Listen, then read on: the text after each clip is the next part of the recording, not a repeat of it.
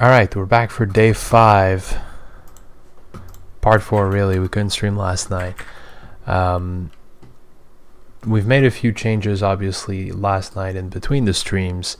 Most of it is that if we start the game, we managed to fix our progress bar issue, where it's no longer shaking. And we also added graphics. I guess that's a bigger update. So we're going to review some of this tonight, and then we're going to go a bit in depth in trying to making this a bit cleaner and looking a bit better. But we now have some form of graphics in the game. We're going to gradually start fine-tuning those. As you can see, the frog's a bit jittery. We'll go over that a bit later in the stream. But we're getting there, and we're seeing my wonderful talents, and obviously where I left off with the water, and we've got an error by integrating tile maps. So we're going to go over the changes to the art first and foremost, and then we'll go into the tile maps and fixing this issue that popped up because we're no longer getting the same type of object when there's a collision now on the frog. So, animated sprites. That's the single biggest change to the player so far. And if I go back to 2D, we've got 3 different states for the frog at this point.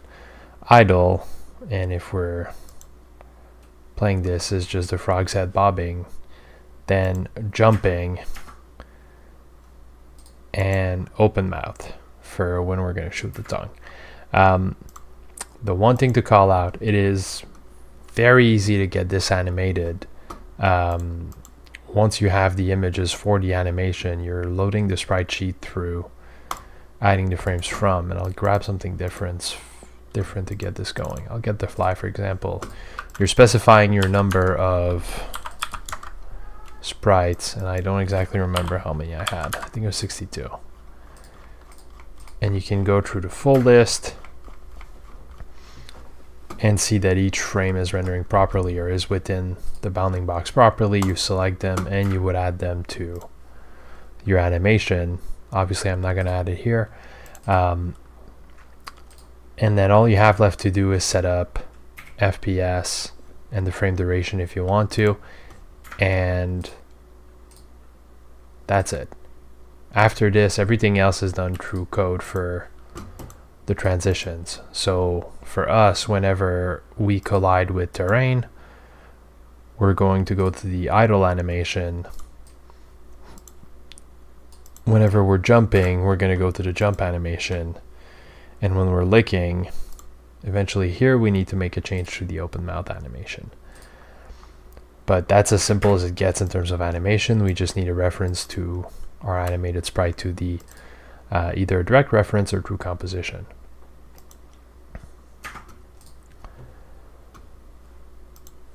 That's what's got the frog working for now. And the only other challenge we have so far with the animation is, depending on which frames we're on, and this is more specific to the fly in the animation right now is going up and down, but the collision box is not. So either we'll have to redraw the fly to be stationary, but to still have, we'll implement the movement so that the collision box is actually following the fly, or we'll have to do this a little bit differently. But if I'm enabling collision shapes and I'm debugging, we can see that the collision box for the fly is moving. So I can shoot what appears to be the fly and actually miss. Especially on the top edge, this is one thing when debugging that I've had a lot of challenges with. So that's one thing that we'll have to tweak, but at least now it's looking a bit closer to video game. And then towards the end, we've added a tile map for the water. And I do intend on having additional tiles and eventually replacing this platform.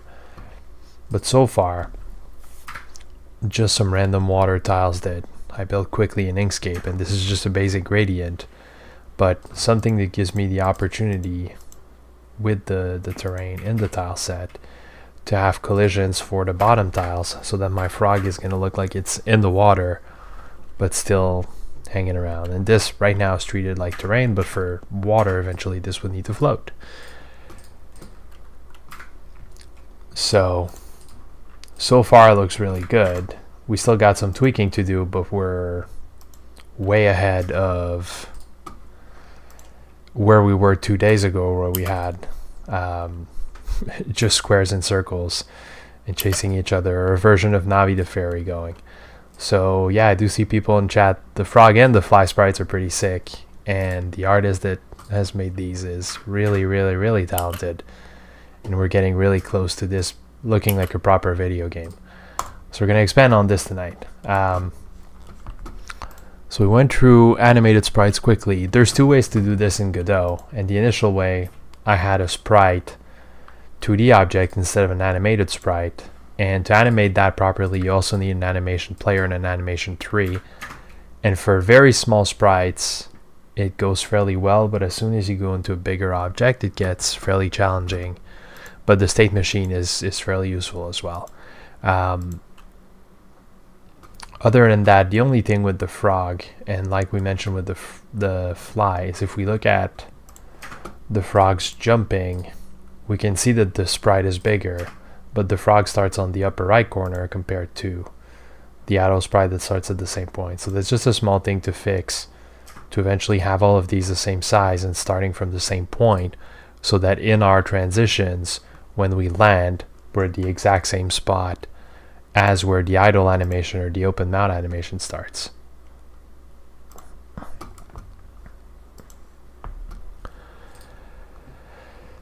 So we opened the stream with a bug on the water specifically. What we need to change here is whenever we're entering the body, I'll actually let the game play through the end here and try to catch the fly as well. There we go.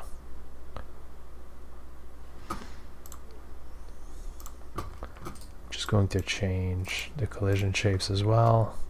I think that's only going to kick off on the next instance, but we don't need the shapes anymore. So we're going to get to the water shortly, and we're going to get an exception, and we'll handle that right away.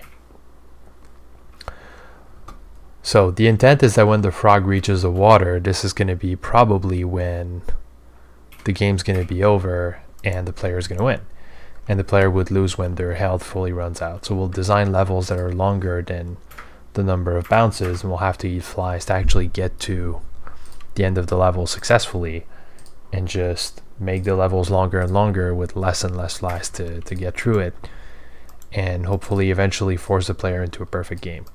What happens when we collide with the water for now, because we have a collision, is that there's no get collision layer value method in tilemap. We're used to handling collisions with any bodies that actually use these methods. What we have to do for tile maps is a little bit different, but we do have to handle this to make sure that this is working as intended. So we're going to check first and foremost that our body is a tile map, and change this to an else, because this should still be able to handle non-tile map bodies. Then we're going to check, or we're going to get a variable for our tile set,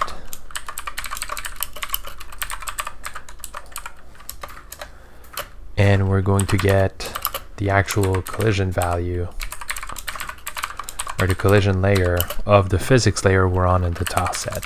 And I'll show this in the inspector in just a little bit. So we're getting our first physics layer, and there's going to be a better way to do this in the future, but for now this is going to work. And collision layer value, we want to do a bitwise comparison and ensure that we can find the layer that we're looking for here.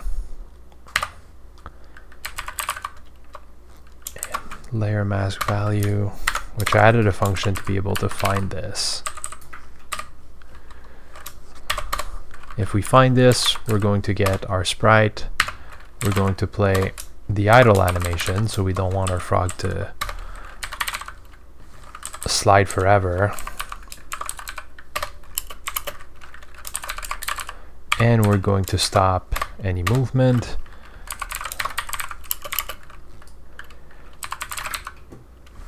And we're also going to stop the character from licking at any point. And we need to stop the timer if it was active,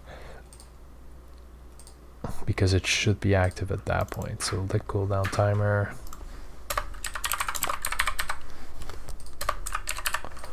We're going to stop this so that the player doesn't start using the lick animation once we're done and start losing energy. Or we could let something funny happen and let the player just start licking without needing energy. If we freeze the energy value once, we've won the game. So for now,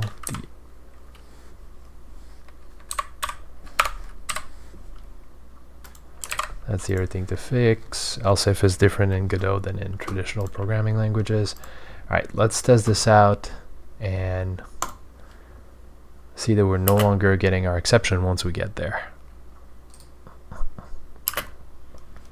And catch a fly on the way there.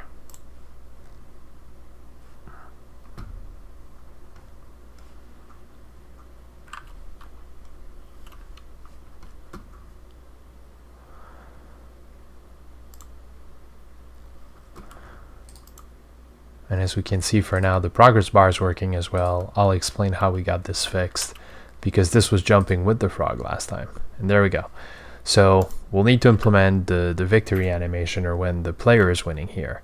But right now, that'd be the end of the game. The player doesn't move anymore. Our frog's in the water. And I'm mashing space, and this is not actually happening. Like this, normally the tongue would shoot and be on cooldown for 2 seconds, and we're not getting that now. So this is working as expected. In terms of the lore of the game, I appreciate the comments. I have no idea what the lore of the game is going to be at this point. We are doing this for a game jam, which is a 9-day quick project scope. As much as I joke with friends that this is a 2D Tahm Kench, I don't think that's going to fly in terms of lore. So we'll have to figure this out, but the main goal for us is to have the game where we've got the frog kind of making its way from one body of water to another body of water and trying to eat flies to survive in the process. We'll see if we change that lore eventually, or if we expand on that in the version of the game that we're going to tweak after. I like that, the frog mom died to flies. That would be very vengeful of that frog. But maybe our frog is mean. It looks cute, but maybe it's got a bit of a mean streak there. Alright, so we got the water fixed. This is working as expected now. Our character is stopping on the collision. The other thing we did in between streams was get the player HUD fixed. So the way I'd implemented the HUD on day 3, for those who were there, we had a regular control object. We instead changed this to a canvas layer, and essentially this solves all our problems because canvas layer will follow the viewport. So it's automatically going to be inside the viewport, and by extension, as soon as there's a camera, that's going to be there as well. We just boost the layer to 1, and that's pretty much all we need. So based on this, we're actually getting what we need to get out of this, and our progress bar no longer jumps. I kind of wish I kept the original implementation and fixed this on the fly to show the issue, but if you've not seen the day 3 stream, go catch a VOD on YouTube, and you can use the link in the channel to get there. Go catch a VOD on YouTube and you'll see that the progress bar was jumping, which doesn't exactly make it a great player experience. So moving on, we're going to make some changes to the progress bar. This is working well for testing, but I do want something that's going to be a bit better. And I also want to make this into a scene that we expand a bit on. So we're going to make our custom progress bar tonight.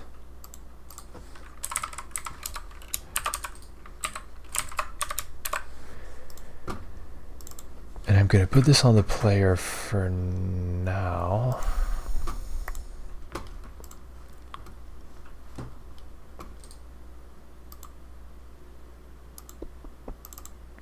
So my health bar scene here.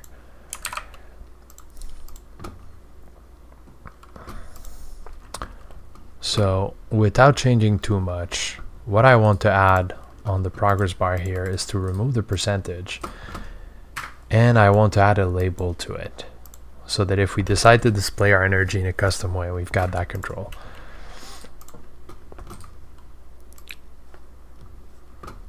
I'm not going to add a value to the label yet, and I'm going to rename this. And I'm going to attach a script to my progress bar.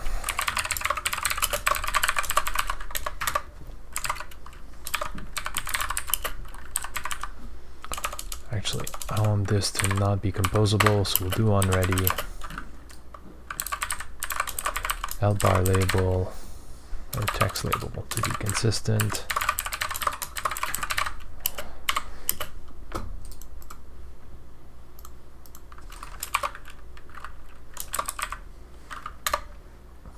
And we're going to use the absolute path. There's not going to be too much more controls here, but we're also going to add a function.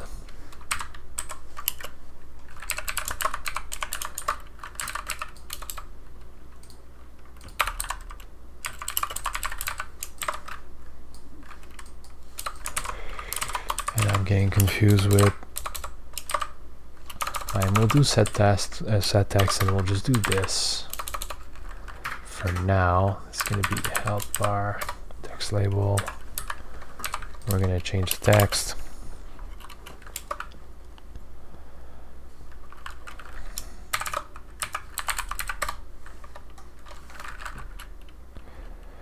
And we're going to do the current health, so the value,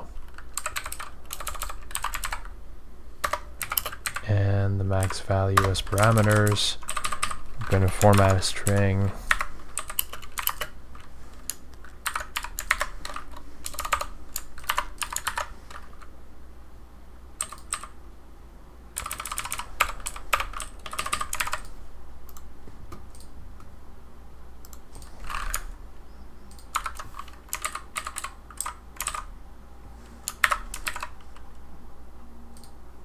There we go. So now on the HUD, whenever we get health change, this isn't going to work for now.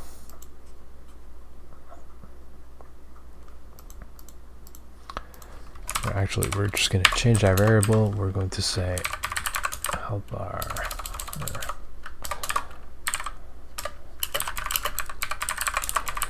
We're going to get our health bar as a health bar instead of a progress bar.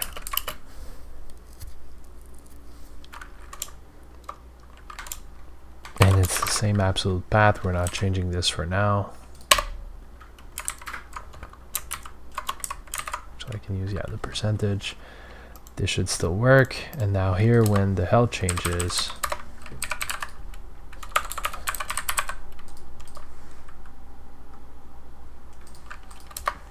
we're going to add our text. And I realize I've been ignoring the comments for a minute. Fry girlfriend cheated with fly.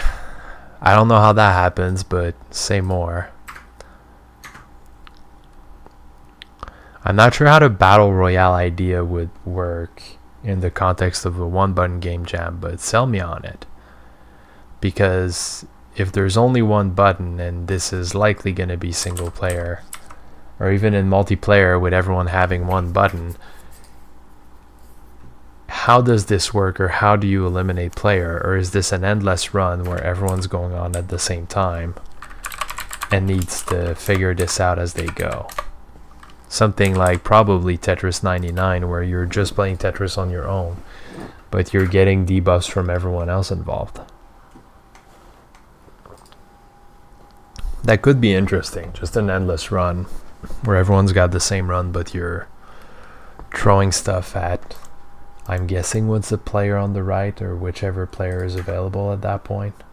The closest player on the right in what's essentially a giant circle.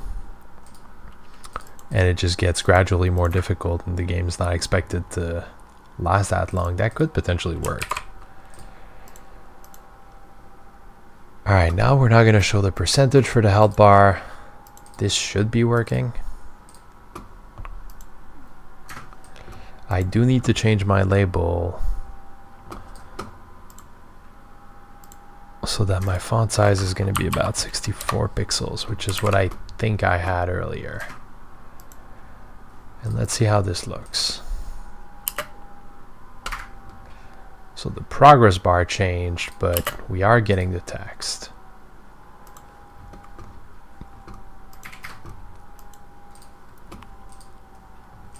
I'm guessing there needs to be a minimum size to...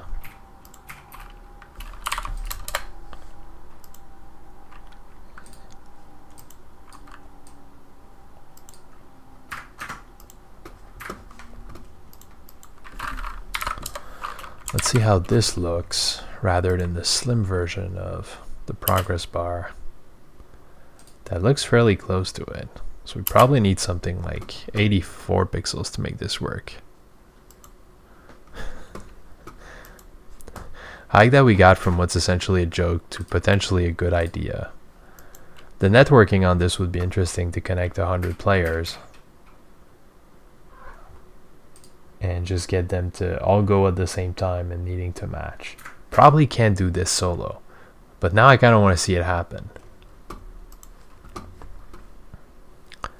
Alright, so let's tweak this again. My health bar needs to still be a little bit bigger. And then I want my alignment here to be at the center and my vertical alignment to be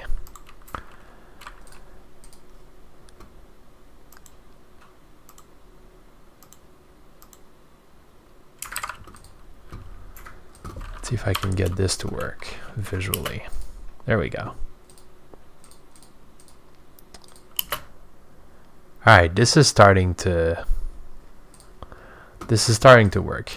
Now the only other thing I have with the health bar that I don't like at this point is it's way too big. So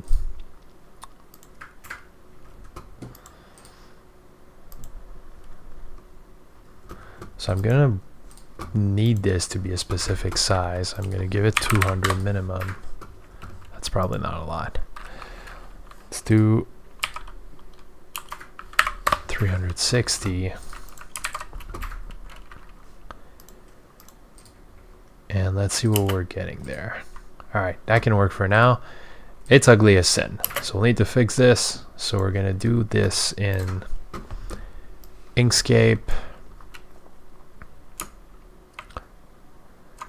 And what I'm going to do is change my, or basically create a shape on my sprite sheet.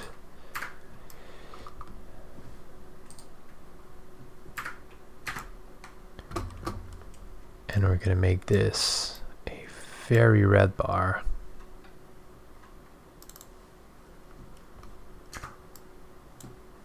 And fully visible as well, and red because what health bar is never actually red.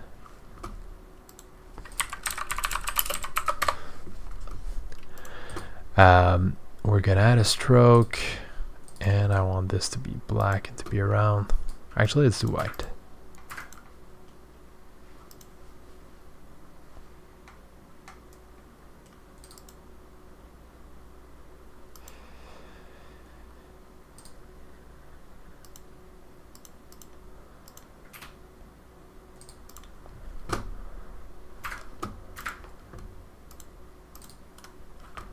We're going to see if we can tweak this a bit to fit within.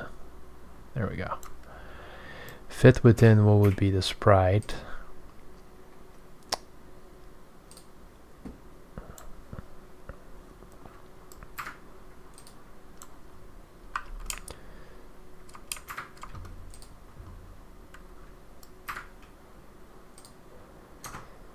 Alright, that should be good enough.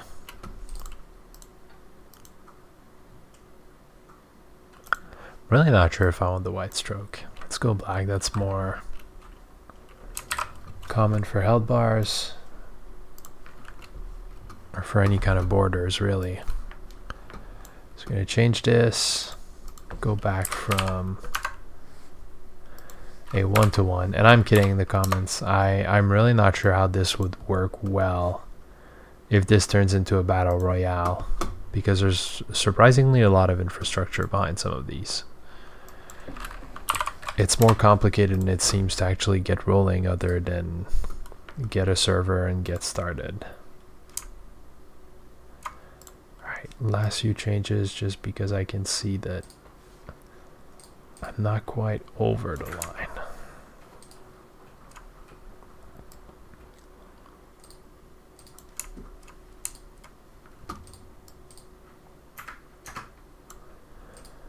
So give ourselves enough that it doesn't ruin the sprite.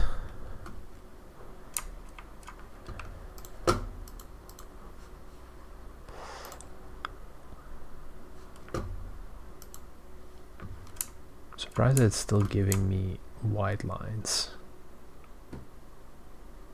There's still something, so let's add a bit. There we go. And that should still give us decently clean corners to work with. Save this for now.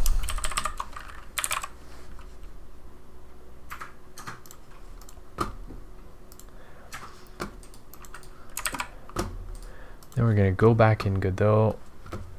I actually need to move my file.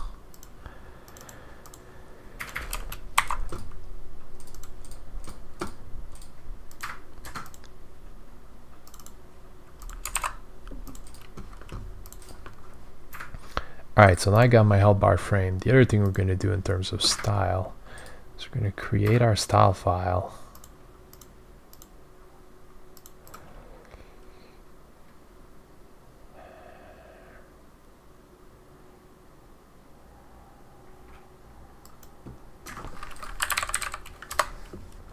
So theming and styles, we're going to create a theme for now in terms of a resource.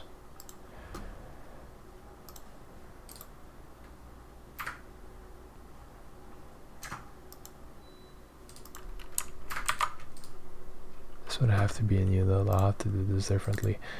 I will go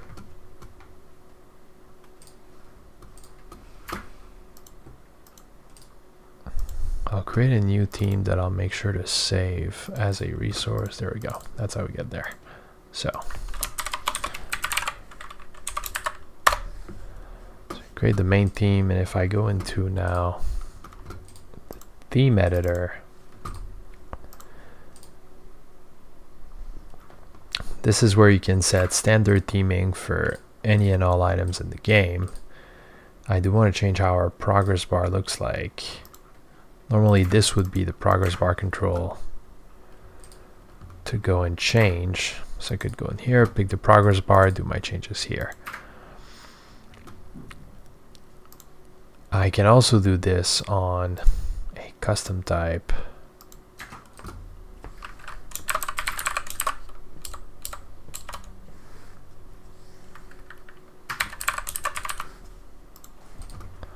So on the health bar, and this is where I can go into other properties to tweak this.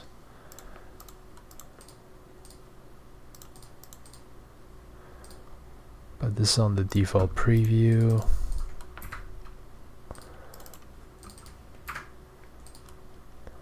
Let me see if I can add the health bar here and actually change that.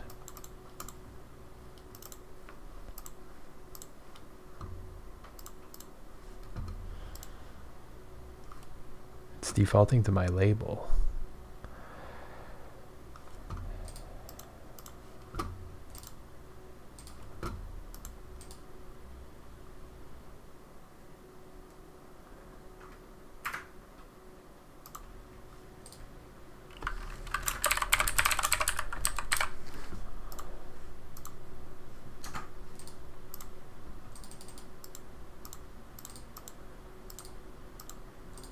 There we go.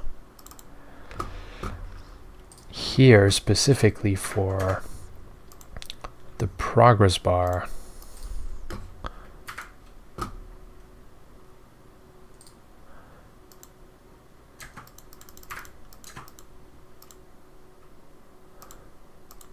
want to be able to get my top pixels, and then this is going to expand automatically, or the center section here is going to expand automatically.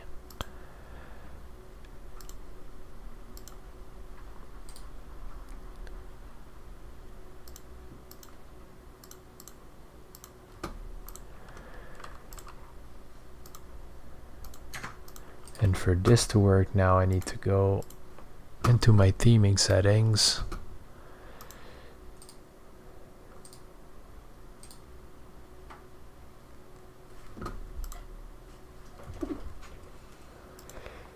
And we're going to take the default custom theme, and this should apply our style to the entire game.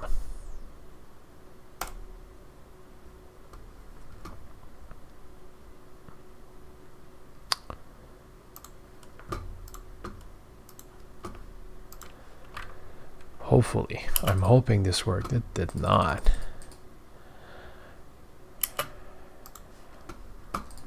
I'm curious because this potentially can be done.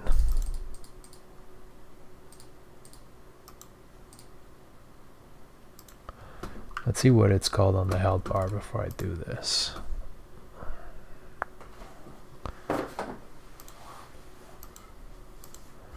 Because I shouldn't have to set this up for this to work.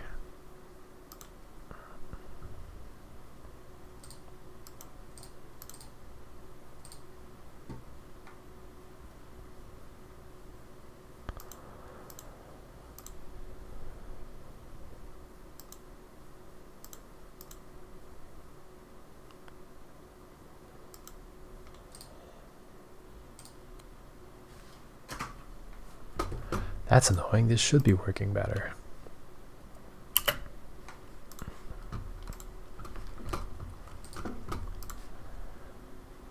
Okay, sounds like I got one more problem to debug.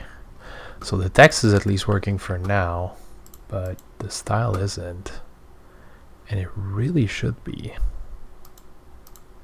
So I have to figure out why it's not working.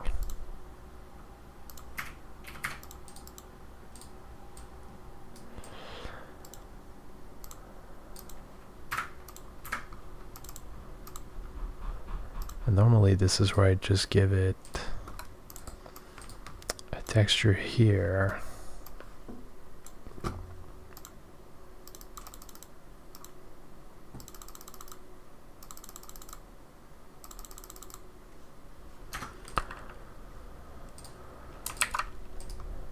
And something like that.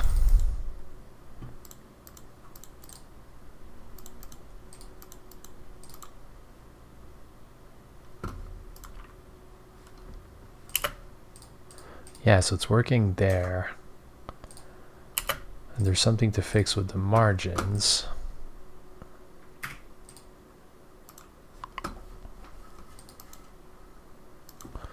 Or with the fill specifically. So this probably should be the background. And the fill would be a color.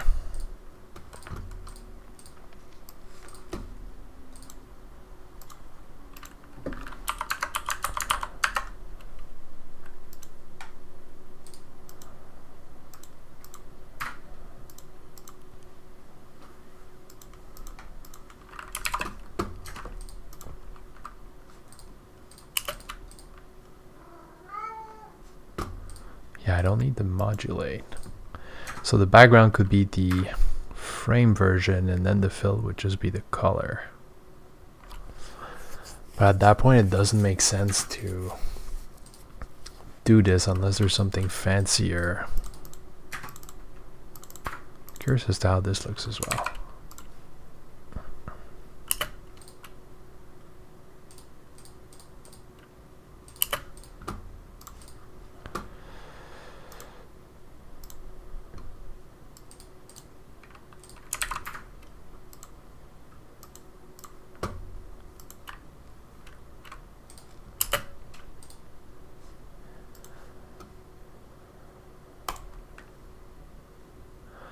Alright, I'll have something to figure out between tonight and tomorrow night's stream.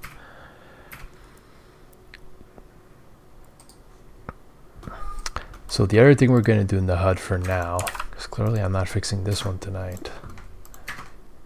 The other thing we're going to do in the HUD is starting to keep score.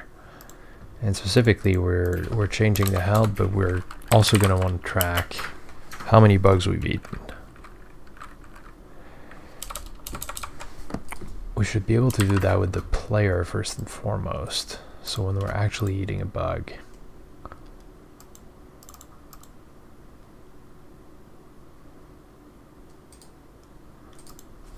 So when we find a bug, we're going to add something, but we also need to add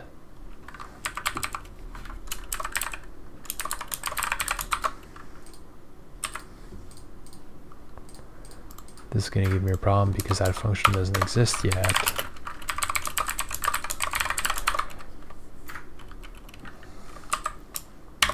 And we're going to assume for now that this is only going to be one bug, and we're going to test it with multiples. And we're going to call the HUD and update bug count. Or we could call it the same.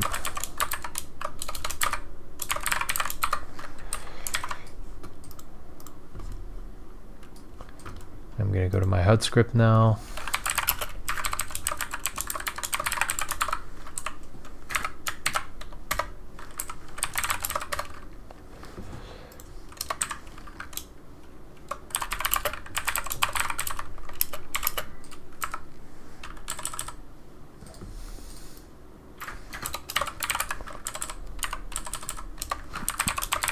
And we're going to make sure whenever we initialize the HUD, the bug count is 0, and here, bug count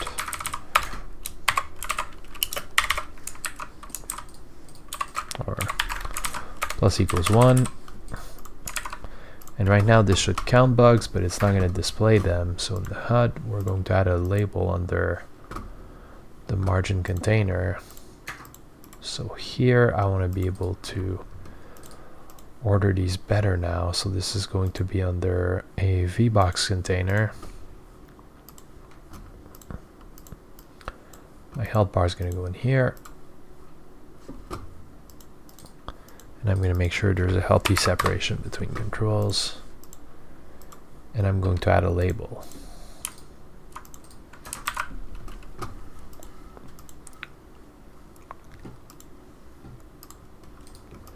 Actually, no, we're going to do this different.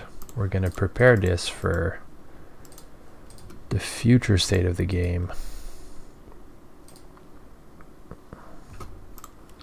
So we're going to create a net new scene.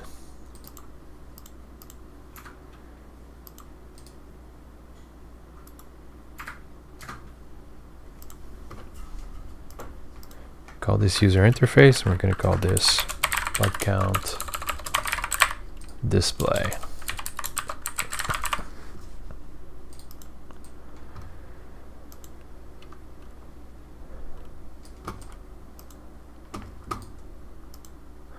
And this could be anything, so I'm not necessarily gonna tunnel super hard on this, but for now we're gonna add a label and we're gonna add an image. So texture rectangle for an image.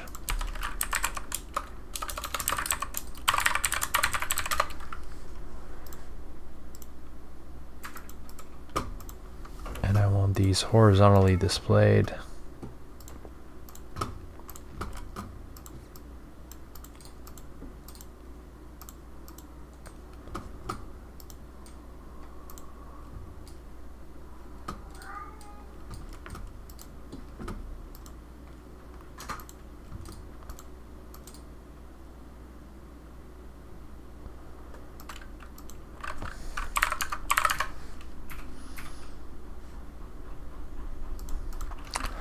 So this image should probably be 64 pixels because that's what I'm trying to size any level of icons to. And this is going to fill the space. And I don't need this to expand, and I'm going to create an additional node that's going to be the label.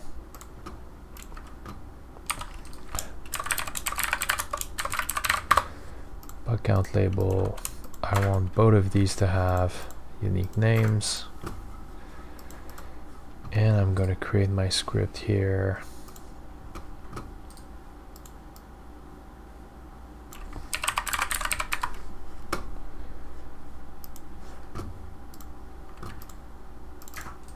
Scripts menu, bug count display, and this should give us the ability to go change this.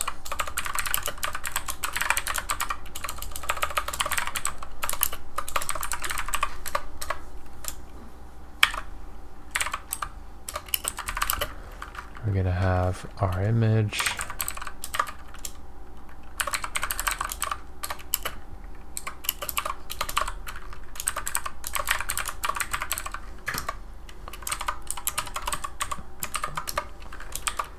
And we're also going to have our label because we need to have the methods to add text whenever something happens. So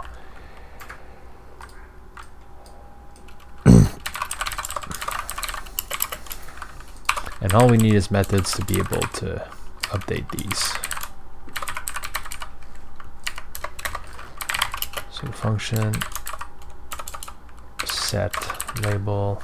We probably don't even need a variable for the image because we're probably going to change this ahead of time too. No, we're not doing microtransactions on the free game, dude.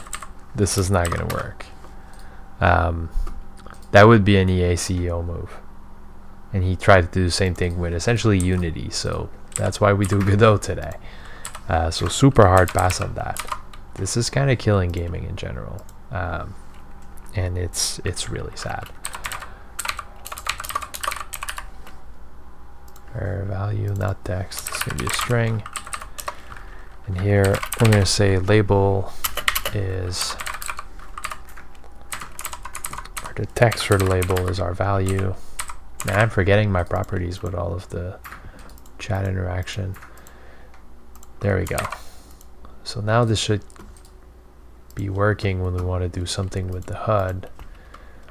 So under this, we're going to add our bug count display, custom control.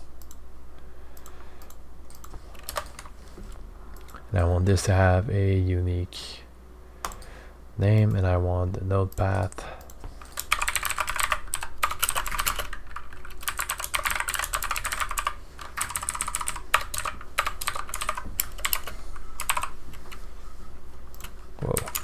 Not how I wanted this. I wanted the unique name. There we go. And here, whenever we update our bugs, we're going to update the bug count here.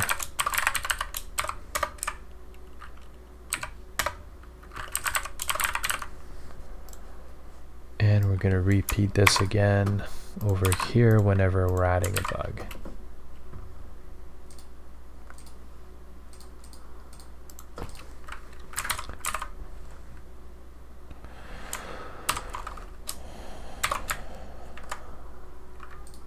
Probably an easier way to do this than a string format, but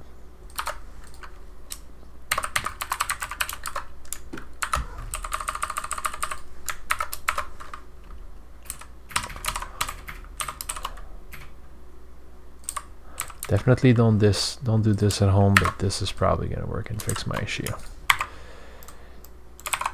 We're going to reformat. There's probably an easier conversion here, but I'm lazy. I could just pass it and cast it as a string. So this should be working now, or not.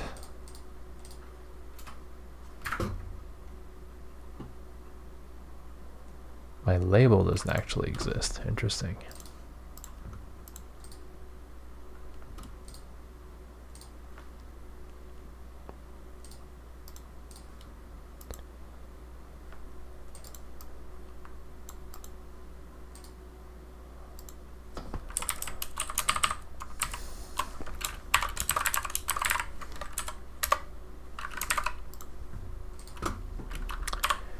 Is it only the label giving problems?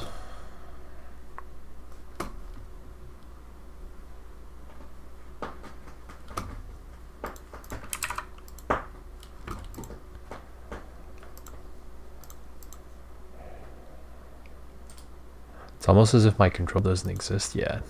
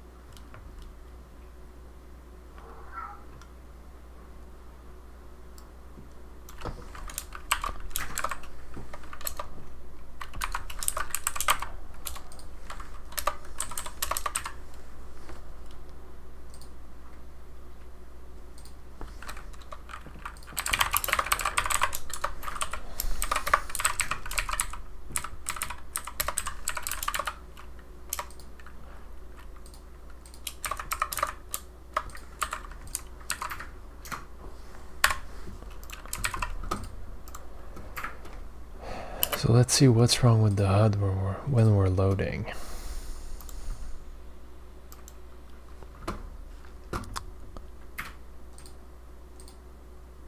That's interesting that the onReady variable is not loading with the specific path.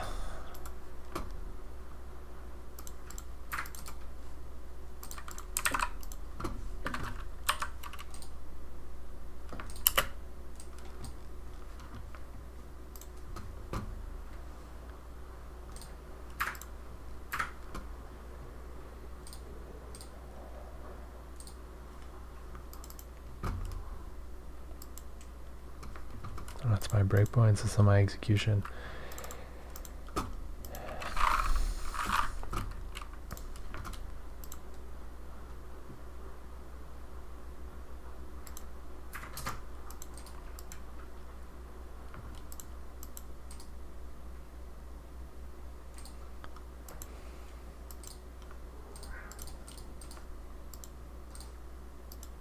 Alright, I genuinely don't understand how that's happening. That's a first.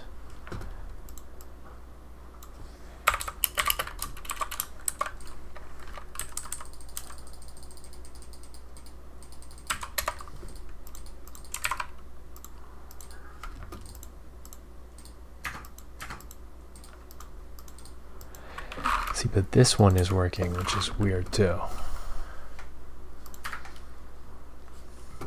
So I'm getting the instance of my bug count display, but I'm not actually getting the HUD instance created yet, or the HUD instance should be created. Let me see if this is the editor being wonky, because that's definitely a thing that tends to happen in Godot. I've had this mostly with enums, not with this specifically, so let's give this a shot. Okay, no, it's an actual issue. Interesting.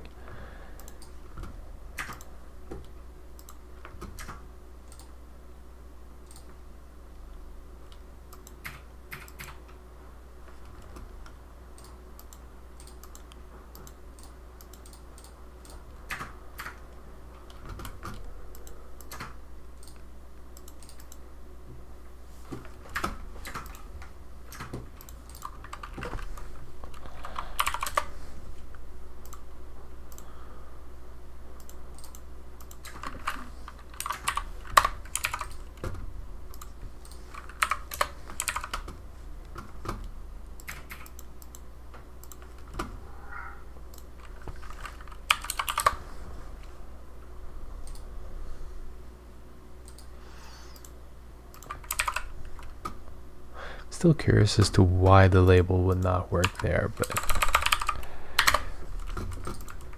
let's do this differently.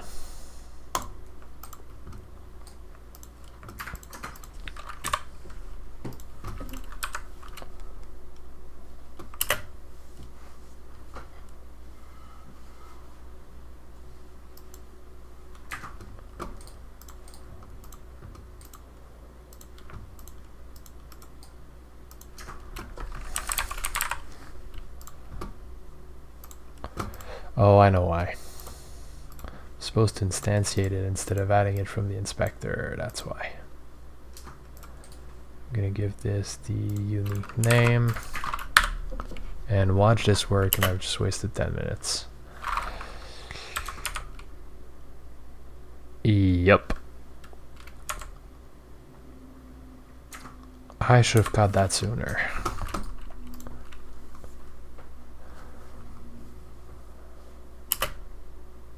And there we go. Now our count goes up once we start eating bugs, and this is starting to look like we got scored there in some way, shape, or form. We'll just need to add a bug to keep track of this, and I can just draw up a logo later that's going to show a little bug that gets caught. And there we go. Now we'd have the win. Now the other thing I said I wanted to try is we're going to try multiple bugs.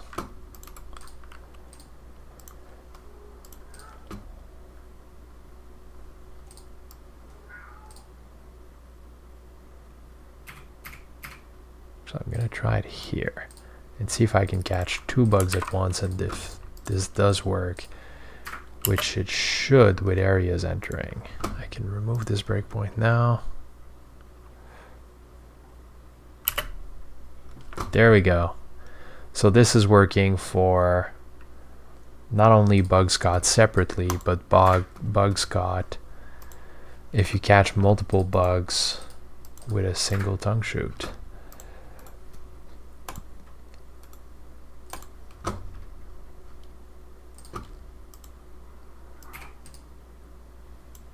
So now we're going to add a few more of the bugs, but overall really happy with where we're at there.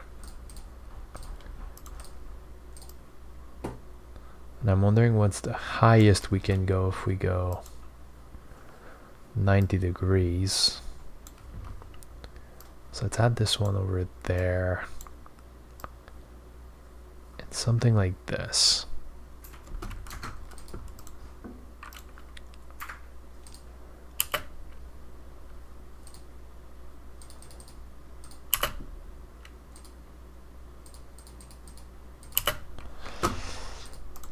Needs to be a bit further here.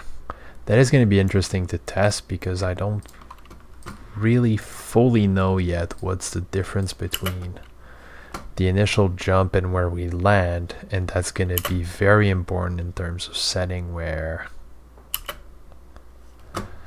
the bugs are. But it's starting to look like it's working, and maybe we'll have to tweak the angle of shooting a bit to not be a full 90 degree, because that does tend to get a bit confusing.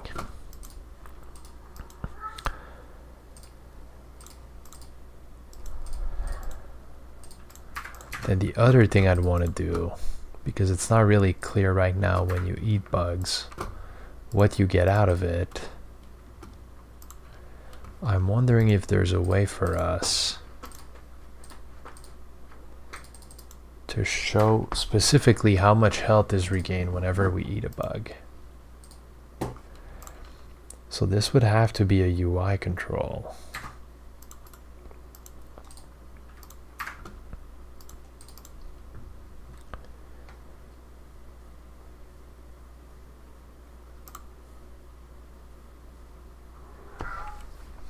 And we're going to call this bug caught display. I think it has to be a control, but it might be, maybe we can make this something different. And similar to the bug count display, we're just going to add a container for this to be horizontal.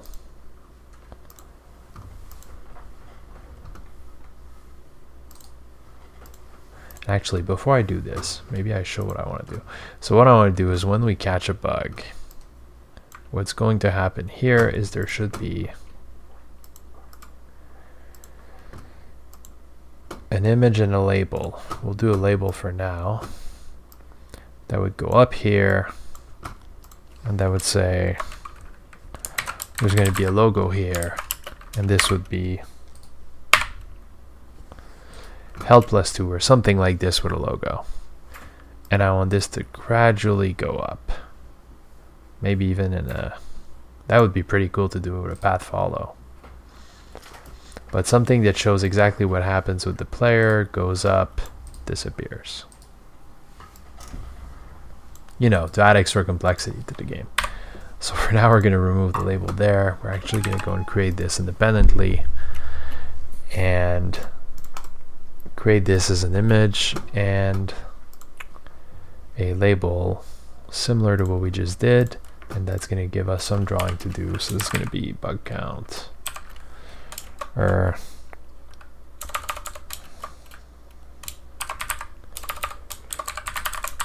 it's going to be a health image, and this is going to be a, so this is a label, health value,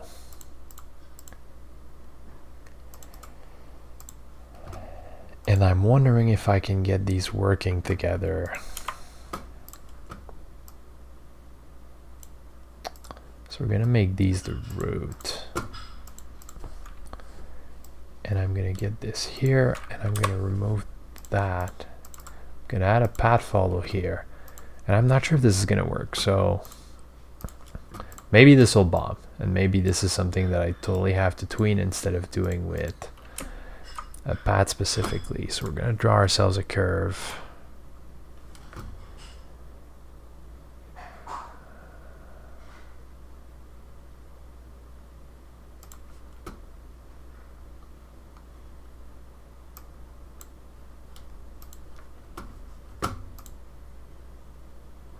So we want to start from 0, 0, and I want to add a point. Is it going to be here? Yeah.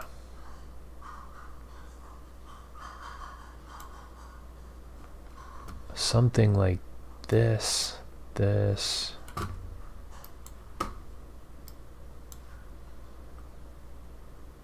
this, and that. And then maybe, no, I don't want an extra point here.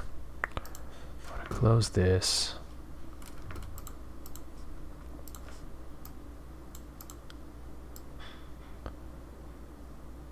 I'm gonna put this in, actually no, let's keep this centered for now.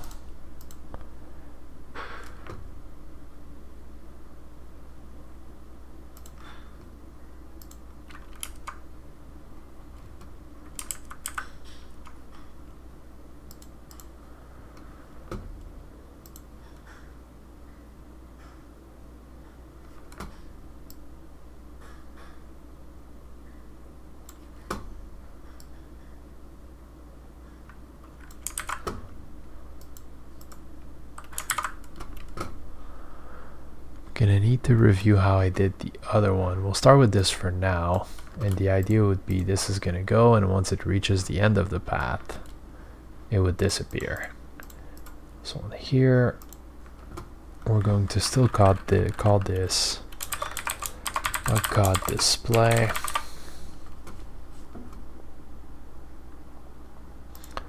And I want this in my scripts folder.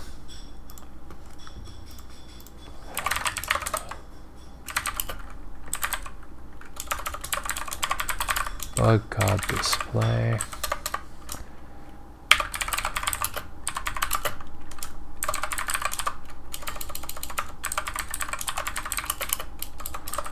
Going to make sure we have access to our label because that's all that's going to matter here.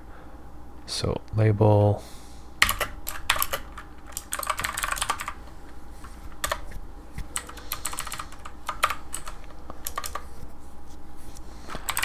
And we're going to create a method to make sure to set the held value. And we're going to need a number.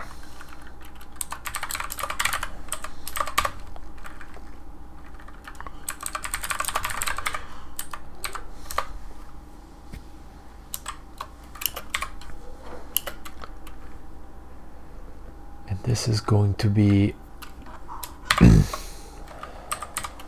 formatted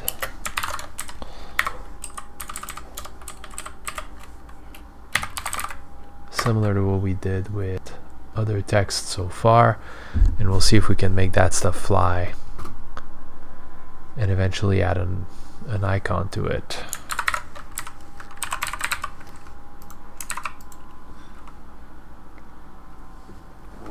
Alright. And we probably need a timer with this. It's not going to be visible.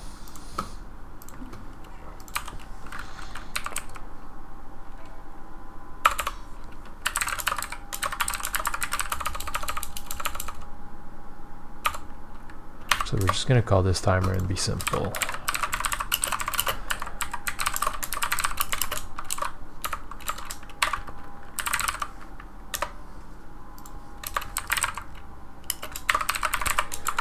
And when we're instantiating, we're going to start our timer. Before this,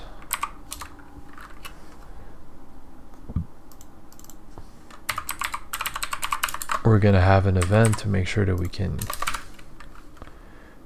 do something with the timer. So find on timer connect or on timer timeout.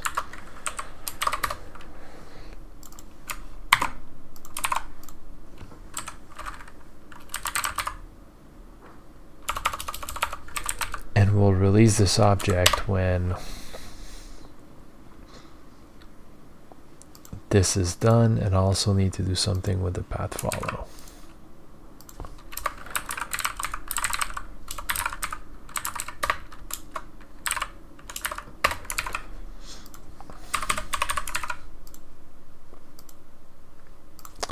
And I'm going to need to do something when processing so that we know roughly at what speed we're moving.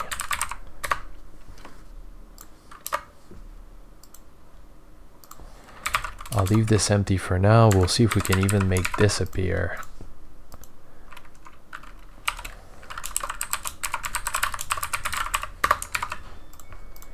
First, because making this appear is going to be the important part. We're doing this with the tongue, so we should be able to reuse the cursor logic as well.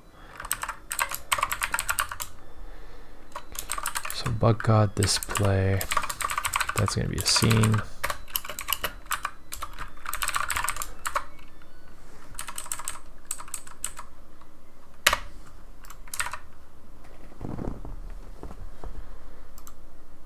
And we're going to change this now to actually be a method that does all the thing it's supposed to do on processing. So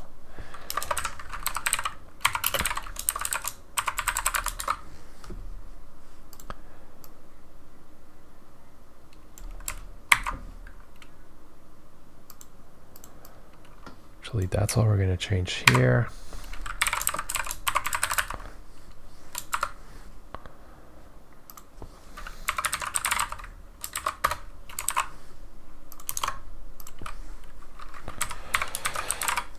And bear with me, this is going to take a hot minute to implement and actually get going, but it's going to look really cool once it's done. And then I can play with the curve later as well to make the path something that's going to curve to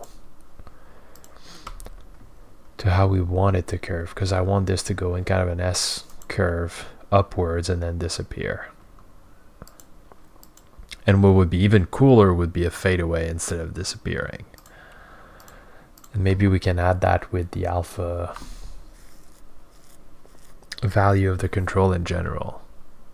That would actually look really cool.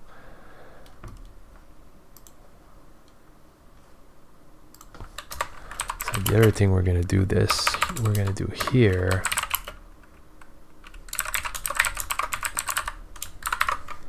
I'm going to put this in the method just because it's hyper specific, but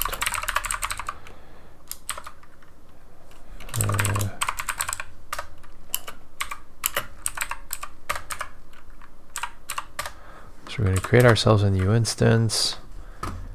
And what else did I load up in here?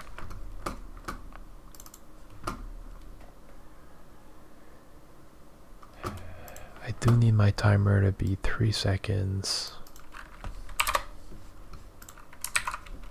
Actually, let's make this 2 seconds to start and see how this goes. This is gonna auto start, and we just have to set the health value.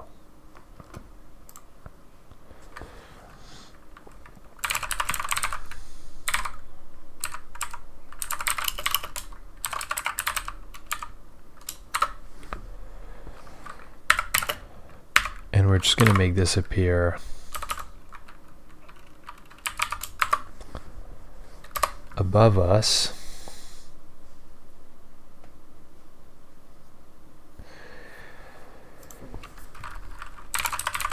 And we're going to set the health value, really I call this health value. Oh yeah, because we're adding health. Set health value.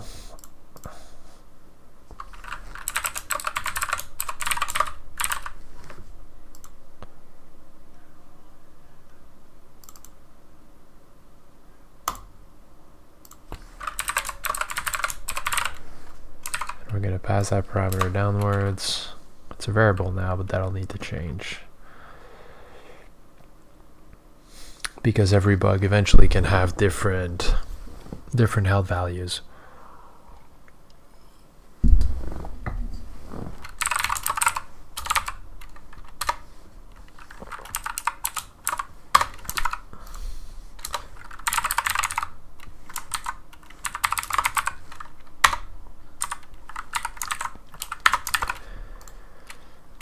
Alright, I've been coding for 10 minutes straight. Let's see if this works or if this is just going to completely bomb.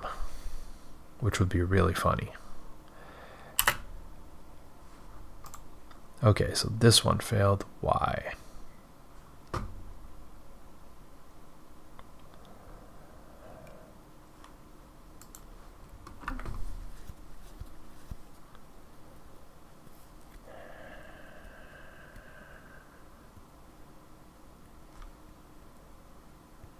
Interesting, that should work. This is not like my other script where this does not get loaded.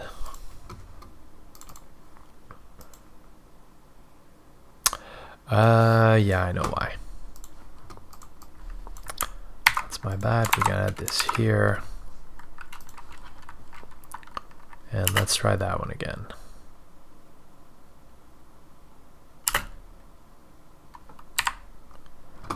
Okay, so I do see the little 5. Actually, yeah, you can briefly see it. Let's see if you guys on the stream can catch it because it's really small. But like you see the +5, but there's no movement because we need to make this follow the path. We do have this on the cursor.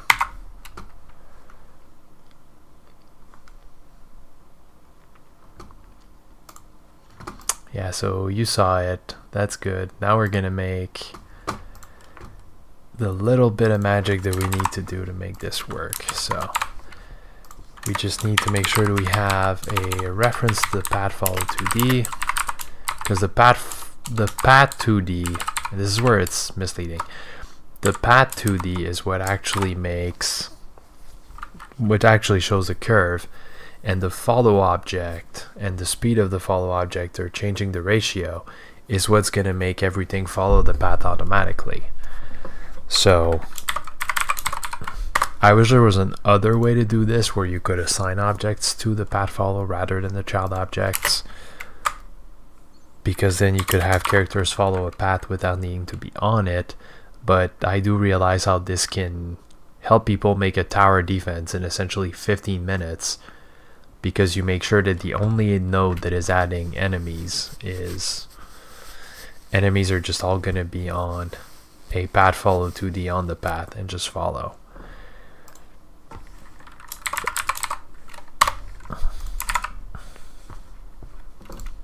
That would be something cool to do in the next game jam, potentially do a tower defense leveraging path follow 2D and just go in like a few minutes.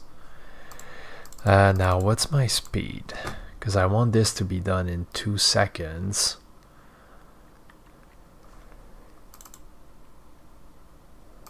So my speed's going to be 2.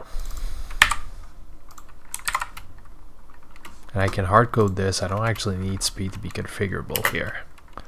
And let's see if this is working for now. Oof, that looks rough.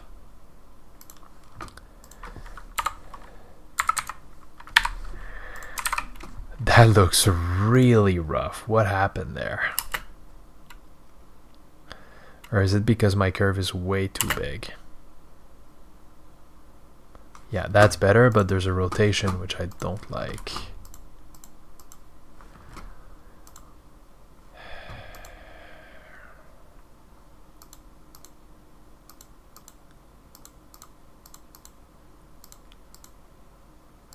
I wonder if I can block the rotation on this, because it really looks ugly as sin when this actually rotates. Would this be in the follow? There we go. Rotates. That was quick. Now there shouldn't be a rotation. This should make a bit more sense. There we go. But it takes a long time to go up. Let's get this back to 2 and see if it can go up quick enough to work. The rotation was what made it really ugly initially. Oof. That's too... My path is messed up.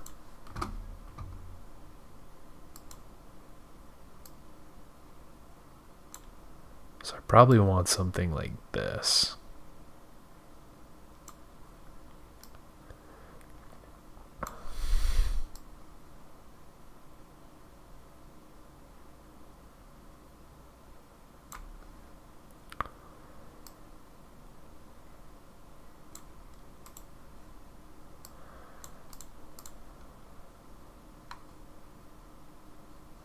So it would start a little bit off axis and then actually go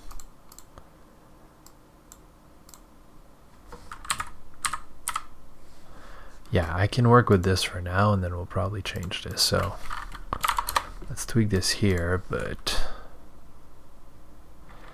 I need this to be 64. We're going to go up 32. Then we're going to go back to minus 64.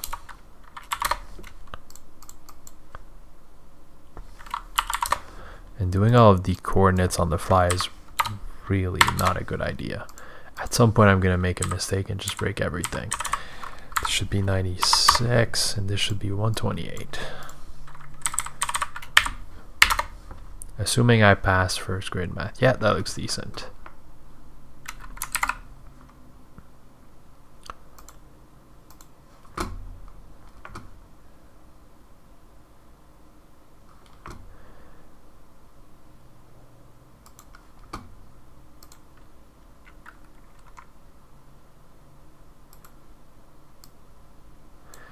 There should be something to, there we go, that's what I was looking for. Control points to be able to use a Bezier curve, which is going to smoothen this a lot. And now instead of doing 64, we can probably do 32.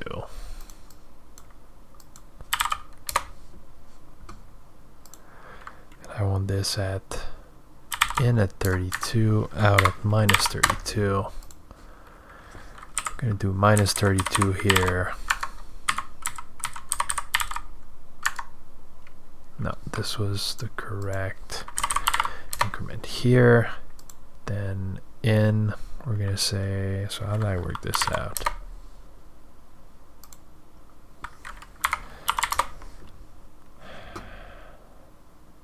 No. No, I changed the wrong value.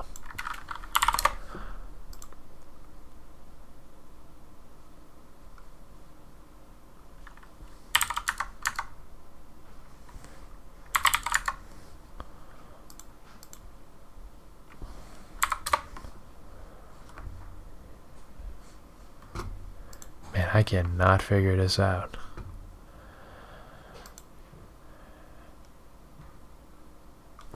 Should be 0, I think. No. So hold up, my in for this one was 32 from.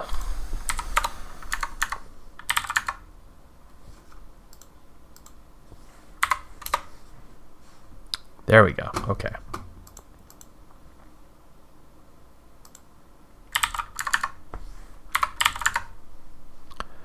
Then we're going to correct our last one here.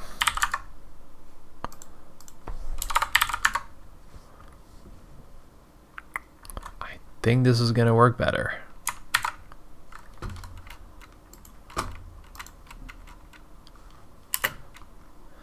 Let's see. This is the test.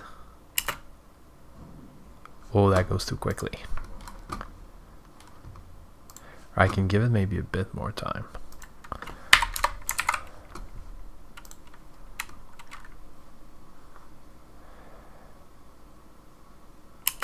I think that's where I'm making the mistake with the timing.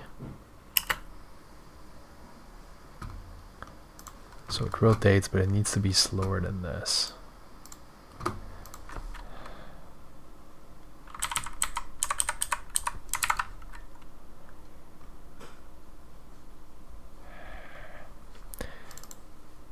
So this needs to go over 3 seconds, but right now I go through 3 seconds. What did I do for the cursor?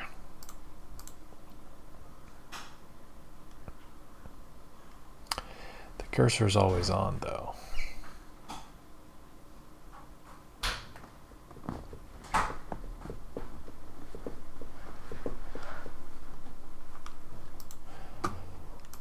So maybe for this we go with a third.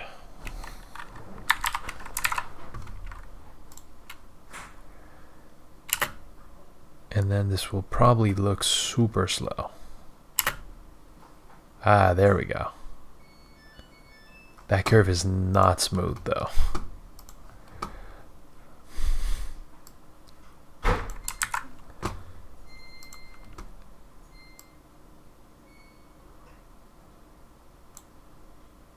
So let's do something like this and expand a bit more,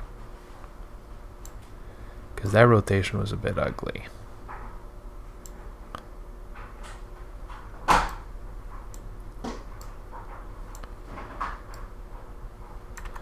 So this should be good, and the other thing we're going to do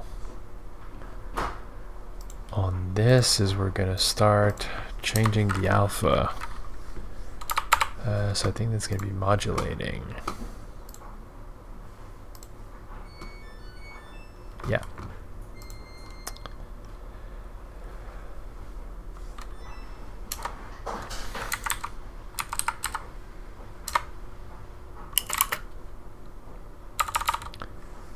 How would I actually show modulate?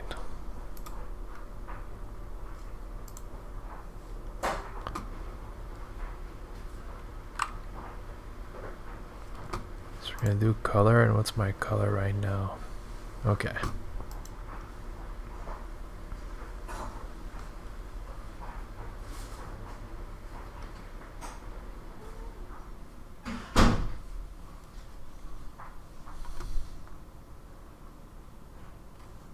Okay, so we're gonna use modulate instead of... Oh, this is gonna look so cool.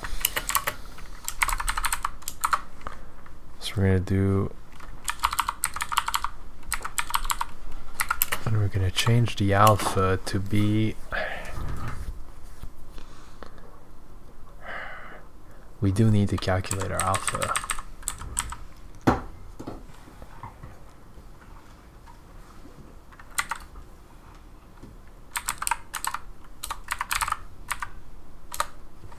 Actually, yeah, let's do this.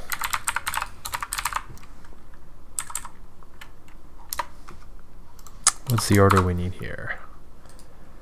Red, green, blue. It's gonna be red.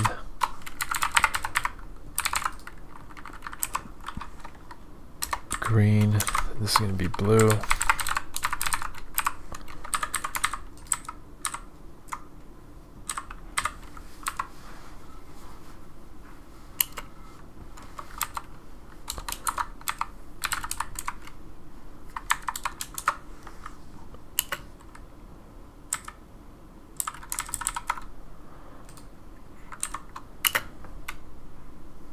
This is probably going to look super wonky because I'm starting from 255 and trying to divide by 3.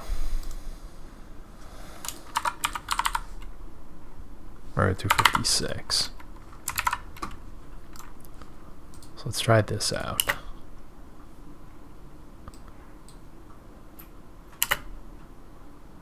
Nope.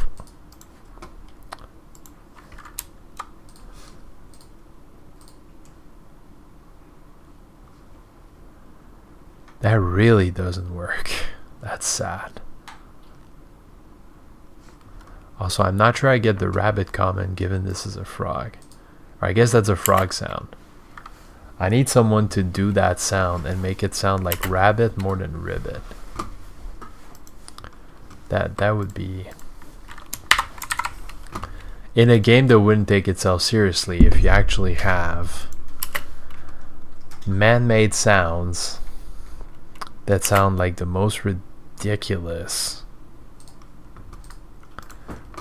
that would be kind of really funny. Like in a game that doesn't take itself seriously, like this would be the kind of stuff that happens in Saints Row or something like that.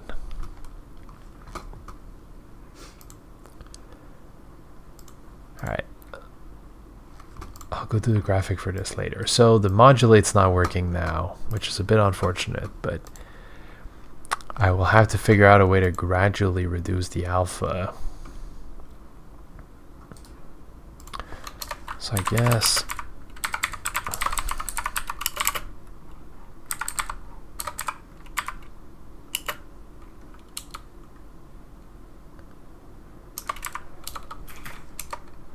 If I want this to go over 3 seconds, I need to go down from essentially 255 to 0 in 3 seconds. So we could start from 255.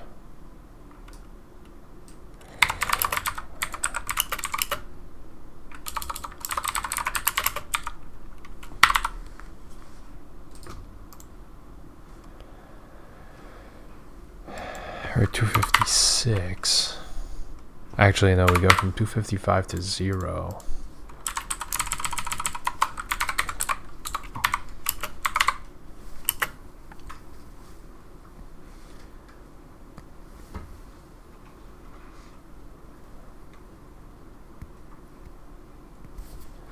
And we'd remove the delta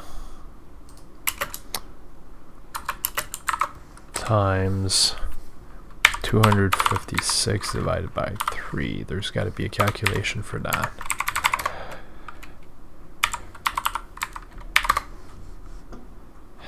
No, that's ugly.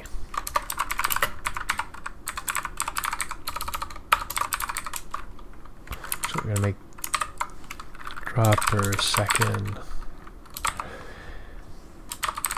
And we're going to change this here.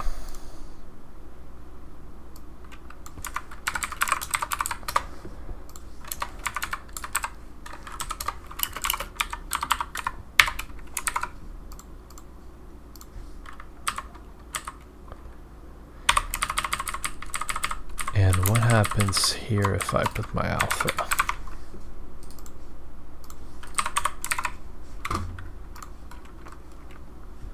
Let's test it, but I have a feeling this is going to bomb.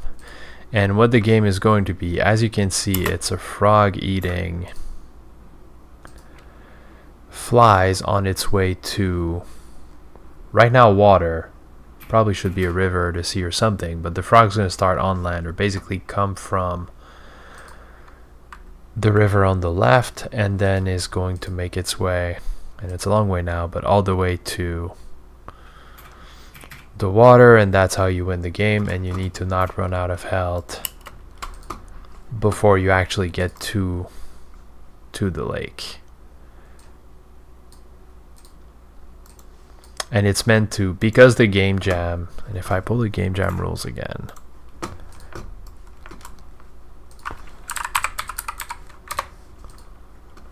so if I pull the game jam again, the one that we're currently in is this one button jam, and the key rule for this is the game needs just one button to be played. So for now, the frog moves automatically, and the player is only controlling the tongue shooting. So I could not press anything and then nothing's going to happen, and I only have one button, and this is when I'm going to try and use it to catch bugs. And actually shooting out the tongue is going to cost energy, so you can't just be spamming it as well. And I still need to coordinate the tongue shooting out with the tongue open animation of the frog, but we're getting much closer to where we were Friday night and Sunday night specifically. And then we'd get to the river, the game would be over. We do need to add more enemies that are going to have distinct health values, but we're getting closer to it. Now, if I go mess with my path one last time for this.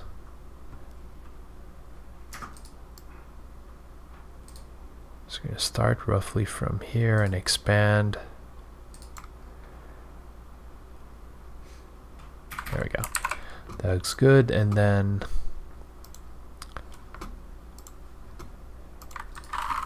I do want to test something coming here. And what happens when we initially shoot and catch bugs, and what's our alpha? So our alpha starts at 255. And we're passing a fraction of a second times these 85 something frames. It's interesting that it's not giving me 85.3 here.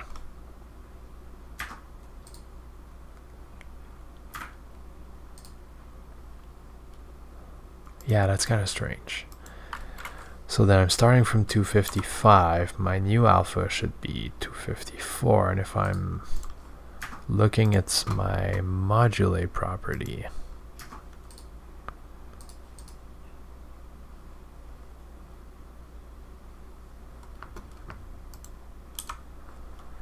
what happens if I look at this again?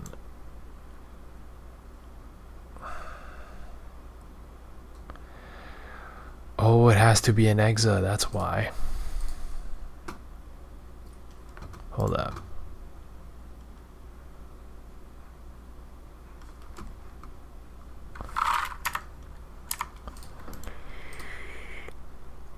Is that what it is?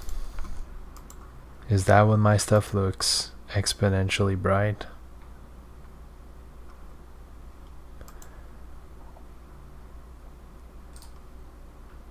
That makes no sense though. Let's see the documentation for this.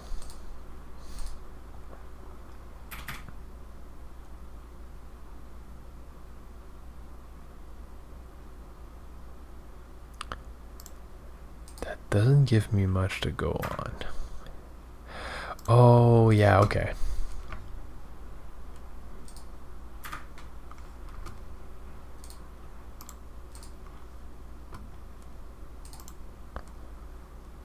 Yeah, from 1 to 0, that's why. So we're going to go back to our script. We're going to divide our alpha here by 256, and now this should start fading.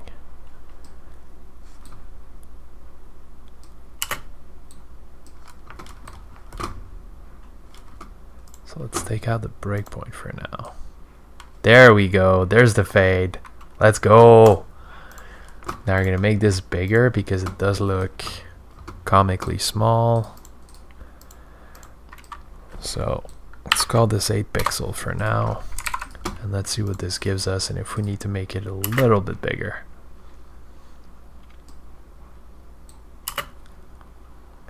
Nope, that actually went smaller. So we're at 24. And this should be decent considering everything is I think 64.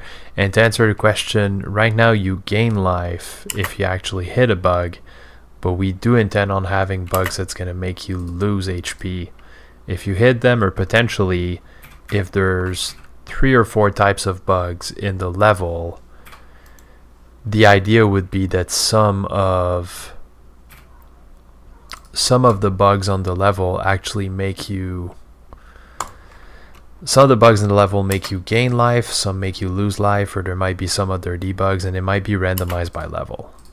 Right now I'm not sure if we're planning on having the frog actually collide with a bug in any way, because the only thing the frog does is jump, and that would give the player no way to actually avoid a bug other than try to eat it.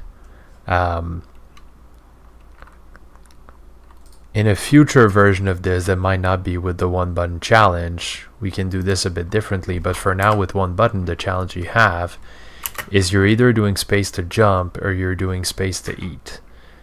And this is where if there's bugs, they would have to be positioned in a way where the player is always able to jump over the bug or not get hit by the bug when jumping. And that makes it difficult from a gameplay loop if you're running 1 button. But it could be that eventually you're actually moving the frog and need to figure out the bounces so you don't hit obstacles or don't hit the bugs in the process.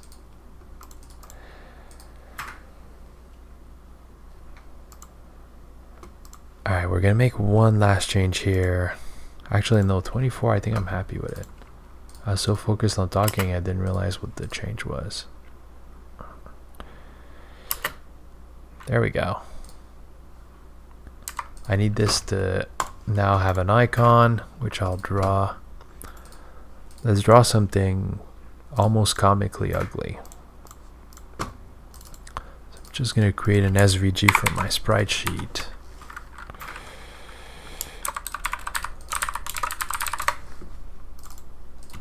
I'm going to open Inkscape. And I'm going to close this one from the progress bar that didn't work early. And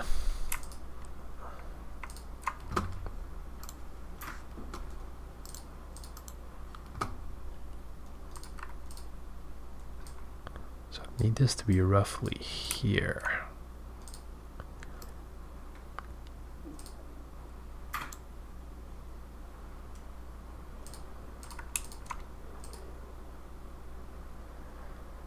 I'm going to have something around, I think, here. No, I got the wrong line type.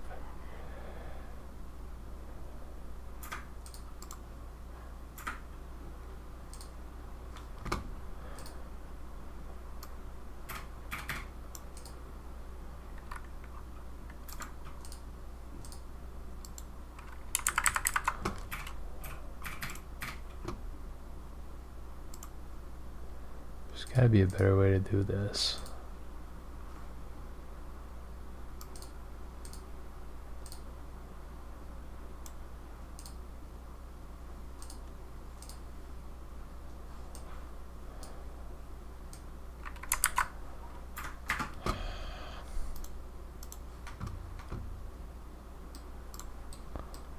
Is that what I used yesterday? No. So that was the right tool.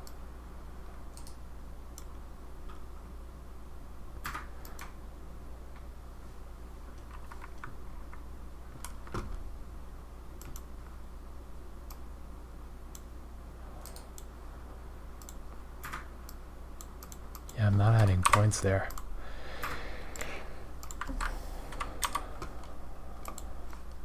Start from a circle and that's going to be easier. That's how bad I am at drawing.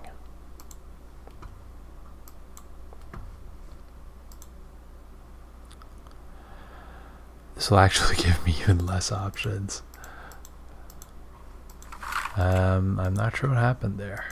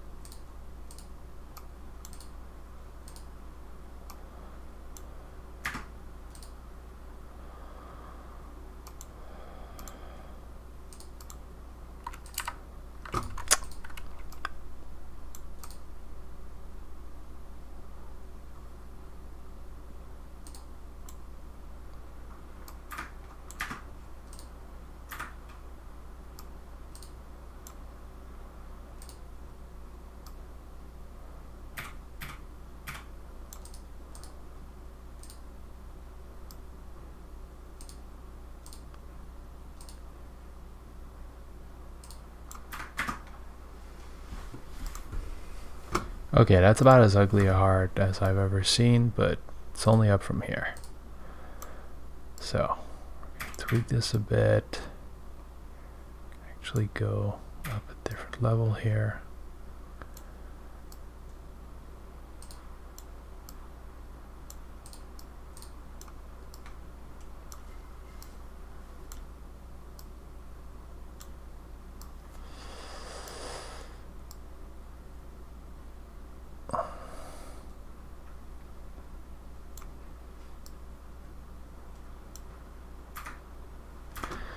I also need my stroke to not be that big.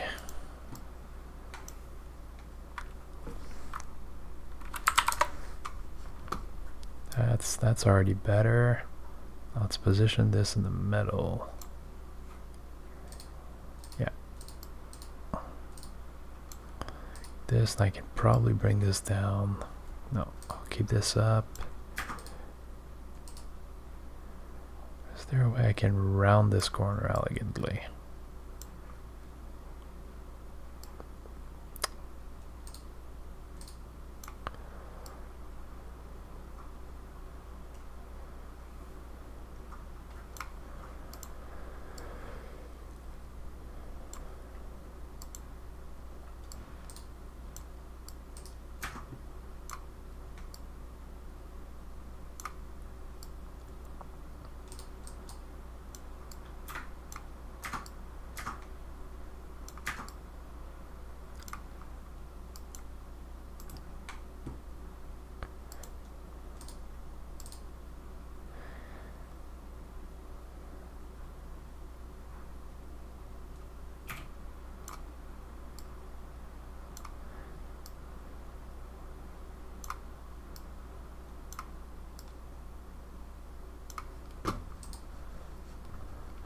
have to examine if I can get the out for this point back, because for some reason that's the only thing I'm missing, I think, to be able to change my curve to something that makes sense, because my curves here are looking decent.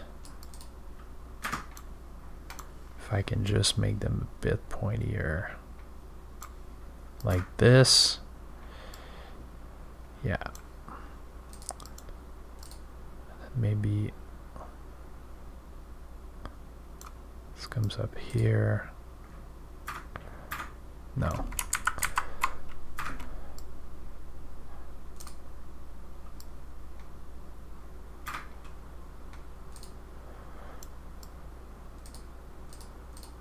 Let's not play around with it more than it needs to be. This will be an initial sprite. It's not great, and I clearly can't draw, and I need help, but I'll sort that out later. I'm really just getting used to Inkscape. Every bit of game dev I did before was pixel art, which is not necessarily easier, but also not necessarily better.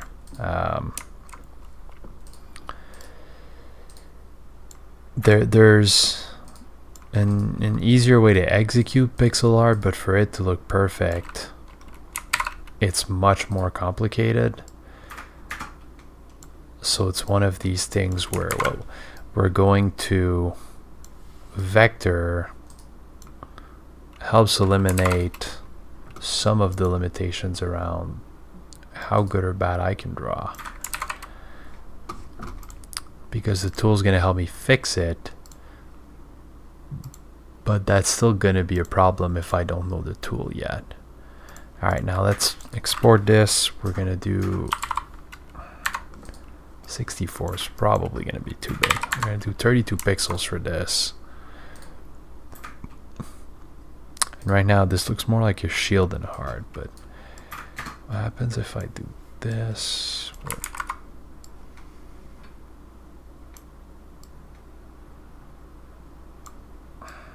Can be like in the middle here. This curve is absolutely killing me. So the time we have to complete the game for the contest, we need to be done Sunday at 5. So we still have about, so hold up, Wednesday, Thursday, Friday, Saturday, Sunday. So we still have about 5 days. And it's not intended to be a game that's necessarily going to be commercialized. But that still doesn't make this any easier. Like that, we're going to have enough to run through this, but it's definitely not going to be perfect. If there's anything we want to commercialize coming out of this, it's going to be a different concept. Like, we're probably going to leverage the base, but rebuild a net new concept to support this and go in and do anything. And yeah, beer in 6 hours. I think I'm about 20 hours deep so far, maybe even more than that, and that's roughly where we got, and that's considering that I also don't do the art for this. So this is way more than a beer in 6 hours. Alright, I've imported my heart now. That definitely does not look like a heart. Lady Wheels, come save me. Maybe in 32 pixels it'll be fine, or maybe that'll basically get masked. I'm not sure why it's insisting on being 40 pixels wide. This is gonna look rough, but let's see what happens when the control goes up.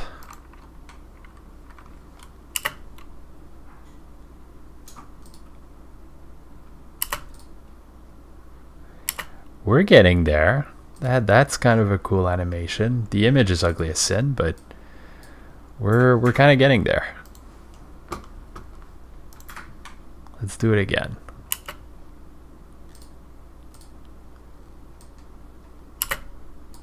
There we go.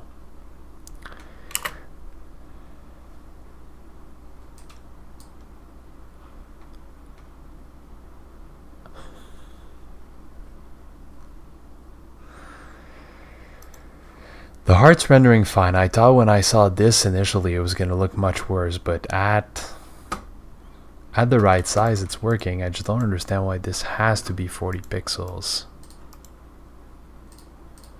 That's why.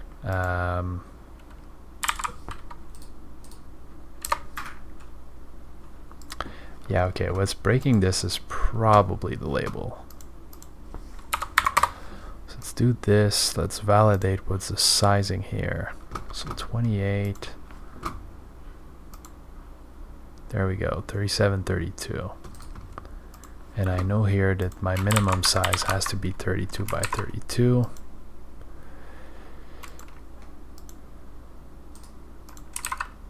And let's see how this looks like now.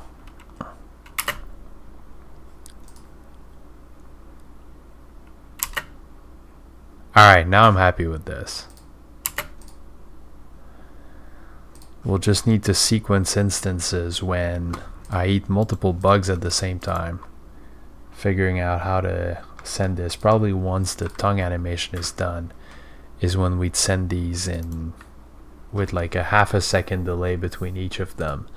Or we do one with all the HP accumulated, but that's going to mean refactoring how I'm doing the attack. But I think we're in fairly good shape for now. It's starting to look like a game, and now I need to figure out if I can do a level complete at the end of the scene or when I'm hitting specifically my tile. Yeah, we need a background too, but if I compare this to other games that I've seen in the submission, the background's going to be something we probably add someday and we're happy with it. But getting the bugs and the frogs was a big thing.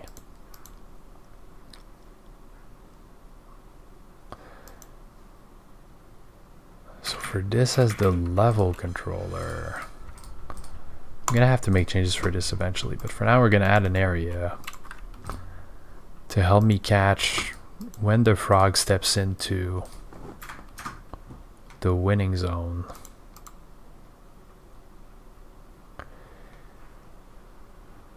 And we're going to need the collision shape to go with this.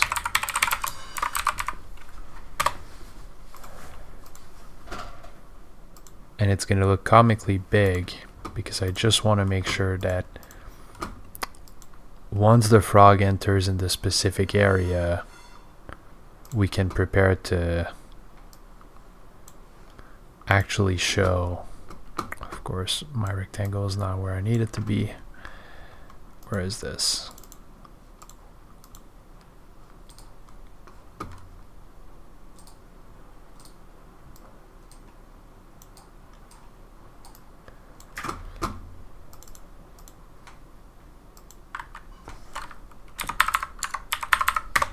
Okay, there we go. So, all I need is the second that the player steps into this tile map area,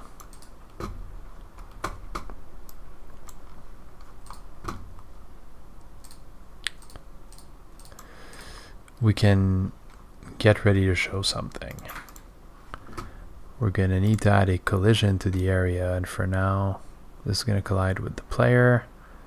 This is going to be layer 6 that we're going to go and change.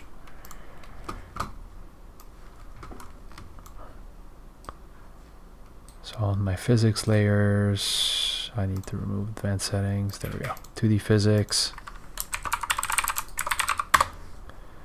So winning zone.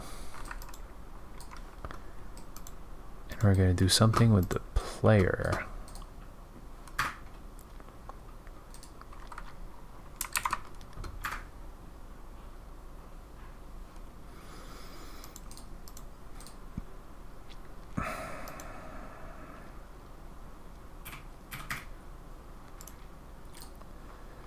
I'll need a very specific collision for this.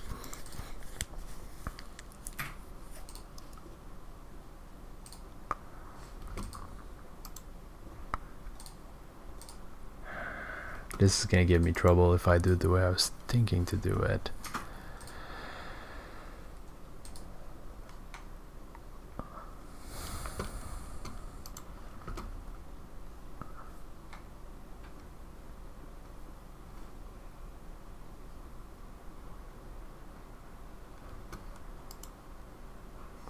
Yeah, there's a dirty way to do this, but I could have the winning area flag something to the level. So if we add a script to this,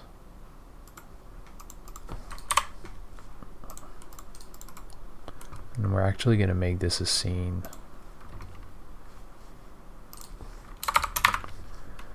Winning area, scenes, put this here for now.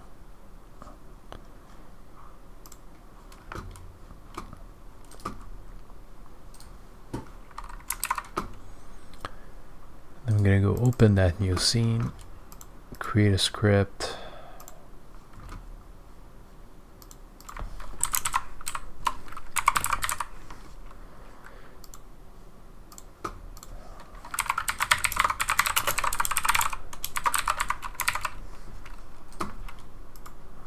I need to detach this because I made a mistake.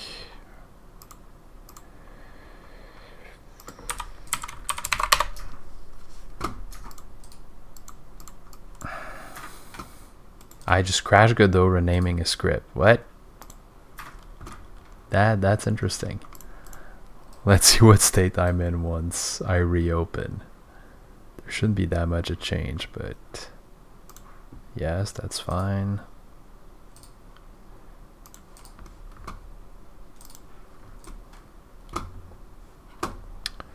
Okay, that's interesting.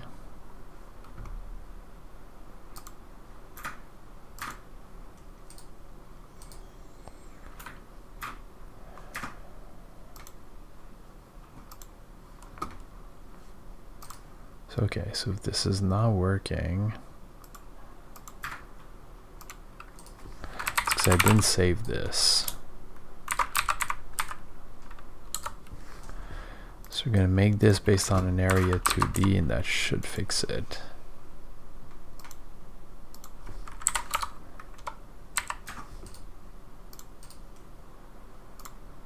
There we go. That almost was a disaster and a half.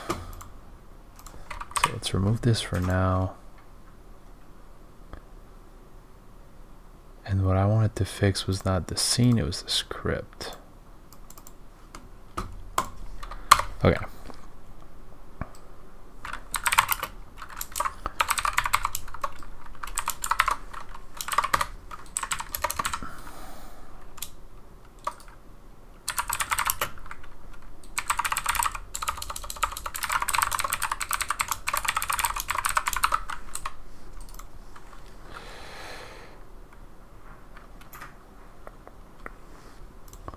So here we just need to hook on to anything an area does. So give ourselves a function.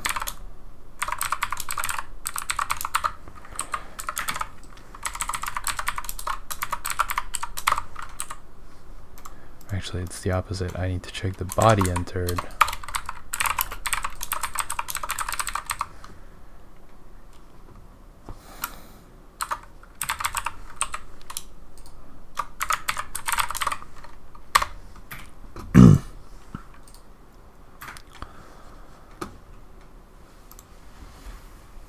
I'm gonna open my scene to make sure it makes sense, but it should be, yeah, body entered, body's gonna be about 2D. Here we're going to check if the body's the player.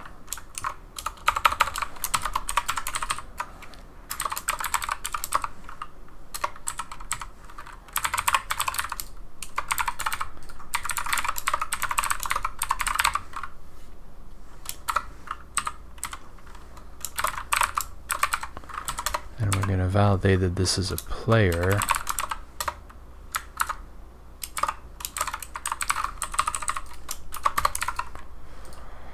We're going to do something with that if that's the case.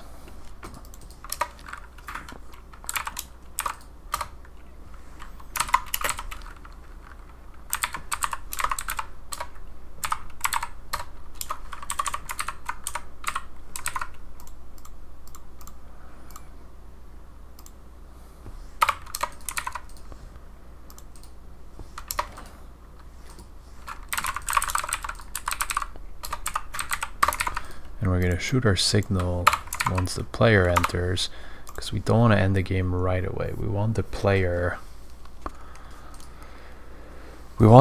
to land first before we disable the actions and we show a winning screen, because otherwise, as soon as you're in the air in the winning area, this is going to get triggered. And there's also potentially a weird way to do this where, so if I go back to 2D,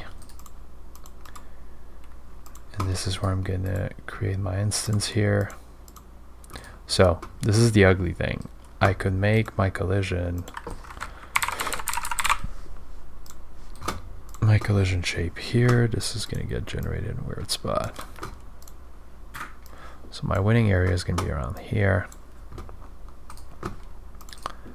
And I want my shape to be a rectangle.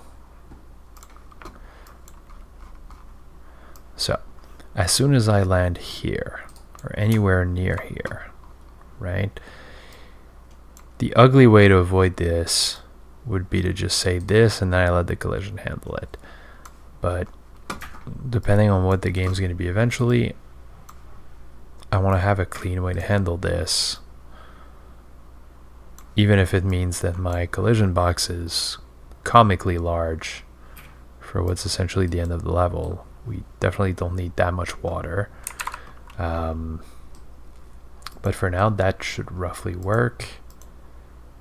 The only thing I'll do right now is I'll leave this collision shape available, and I'm going to go attach my script.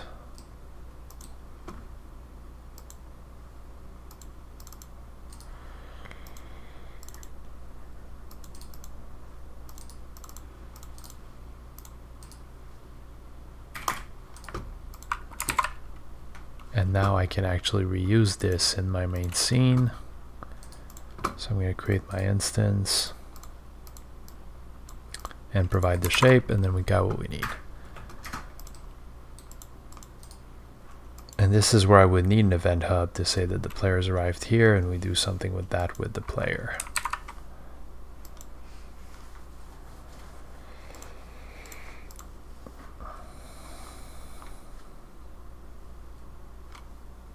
So for now, we'll do this here.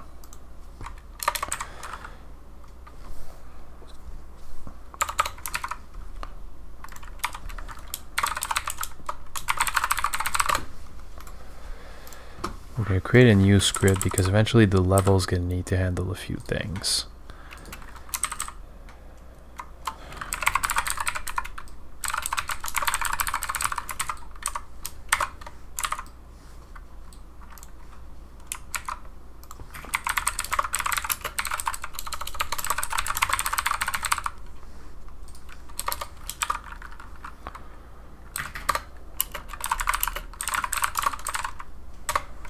So we're going to need at a minimum a player, and we're going to need at a minimum a winning area. We're going to make sure that on load we have both of these things set up. And that's probably the last thing I'm doing tonight before we end the stream, but we're going to validate that we're able to do this, and then over the week I'll add a success screen, and we'll see if we dig into additional levels, and if this one is kind of the easier run, and we generate other versions of this with platforms rather than the tile map as well, or the tile map rather than the ugly rectangle platform as well. That'd be a good thing to test out and make sure we can get working. So we're going to validate that the player exists and that our winning area exists.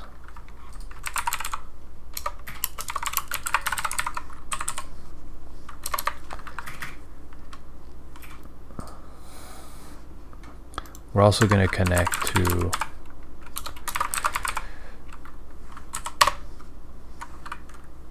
the event where the player enters the area, and we're going to do something with that information. So once the player enters the winning area,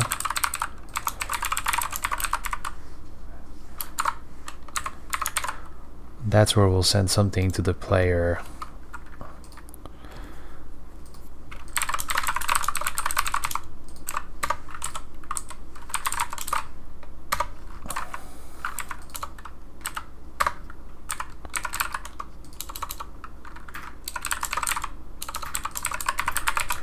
we're gonna go and send a win status, and that doesn't yet exist.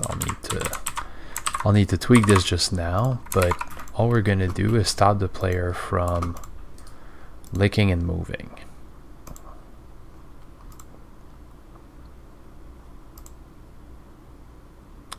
And we're gonna need to stop that movement timer as well if it's active.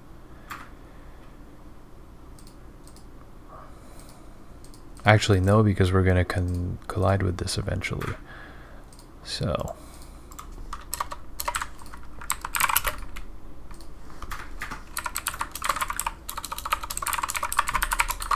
I think that's what I called this. Set win status. Yeah.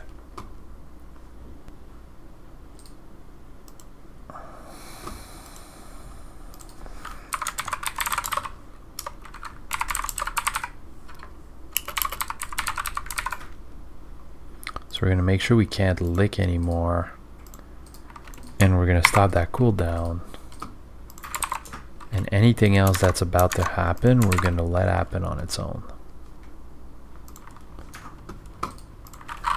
And I want to see that this gets called. I'm going to put a breakpoint.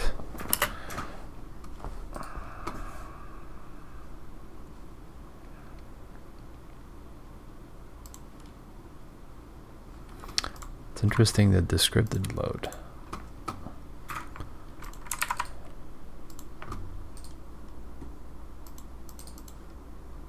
So what's wrong with my winning area script? Oh, okay.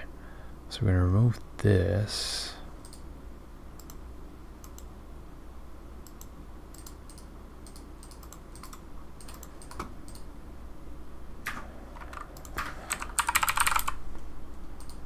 Yeah, there shouldn't be two versions of this. So let's try this. Let's see if I still have an issue. Yeah, that's normal. On the level, so specifically on my main scene for now, I need to go set my player object, and I need to go set my winning area object. I'm going to save this, we're going to run this again, and this time this should be working.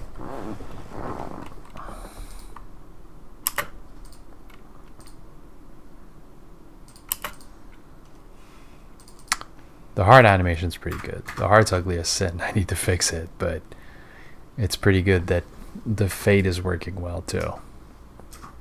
I'm super happy with that, how that part is going. Still have a progress bar to fix.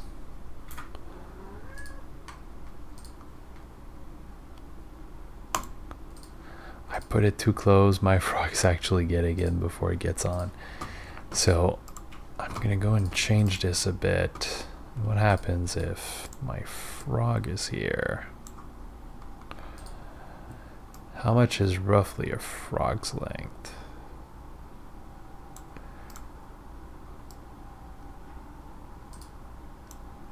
There we go. Now I'm going to return the frog to the beginning.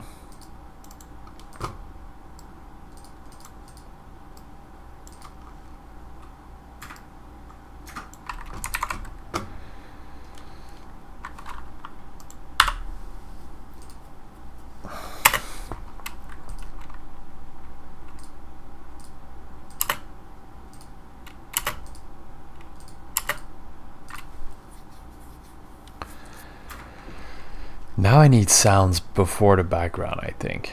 The sound's going to add a lot, then the background's going to be the finishing touches once we tweak the animations. The mechanics are working better. The cursor is a bit less jittery in terms of the frames. There we go. So now I can't lick. My cooldown timer is going to stop. And there we go. Now I need something to say that I've won the game, and that would go to the next level. So I'm going to go in my menus.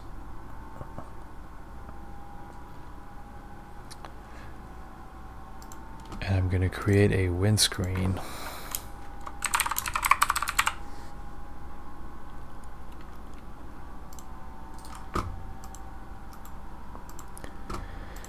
And in this win screen, we're going to add a big label for For now, that's going to say you win, GG.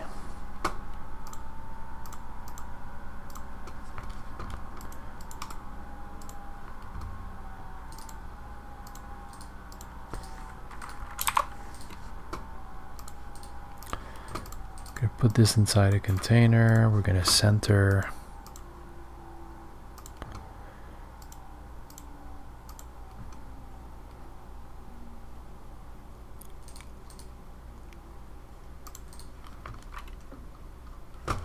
We're also gonna change the label because that's way too small for winning.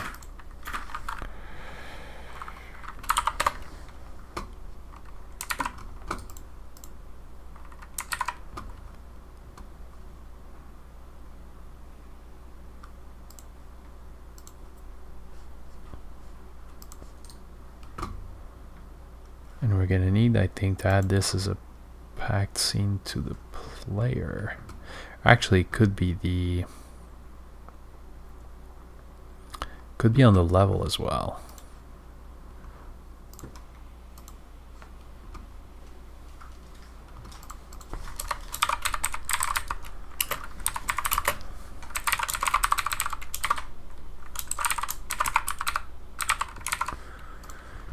Gonna go and add a class. This doesn't know it exists yet.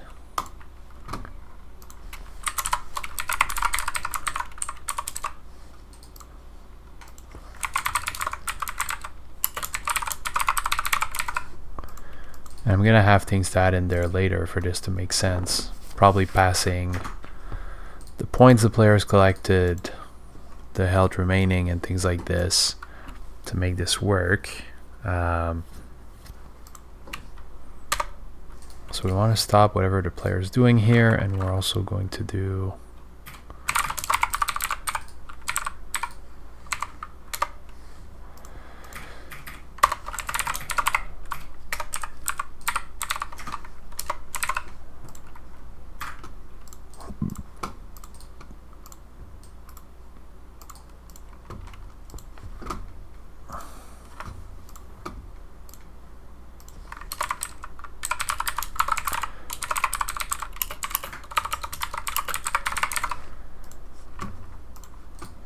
So let's see what happens if we get to the end of the game. So that win screen doesn't show up, which is the first good thing. My hiding is working.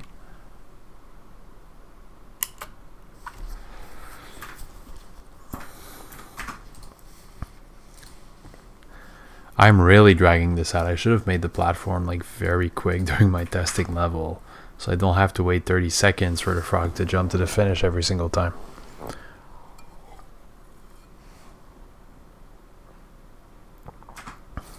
My windscreen's not working.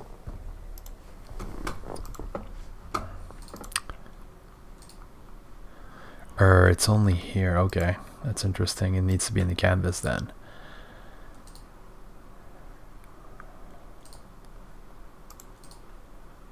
Actually, yeah, I know how to fix this. So this is the same thing I had for the progress bar, but the progress bar was actually following. So we're gonna add a new node. We're going to do a canvas layer. This is the same thing that was happening with the progress bar a few days ago.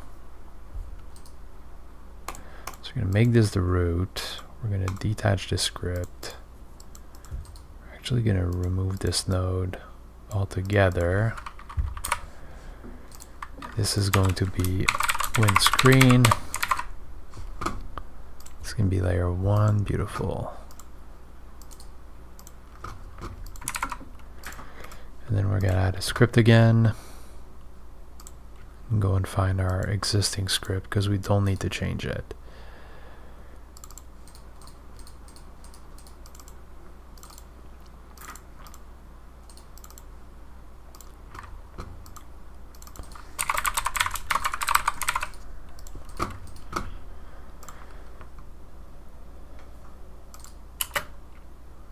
Now let's see if this works.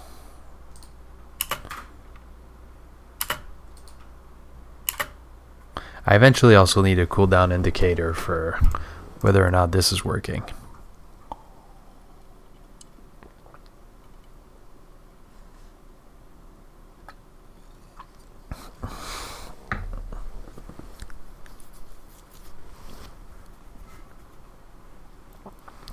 There we go. It's working. This feels like a good place to stop. There's going to be things to add to Discord, progress bar to fix, but the only thing after this is going to be linking the levels to each other and making sure that we're able to send from one level to another or have a way to quit. So this is working well, and I think this is where we're gonna end the stream tonight. If you've not already followed, please follow us. If you've not seen the other videos, all of this is available on our YouTube channel as well, where the link is on Twitch. Please go like and subscribe on YouTube and interact with some of the videos.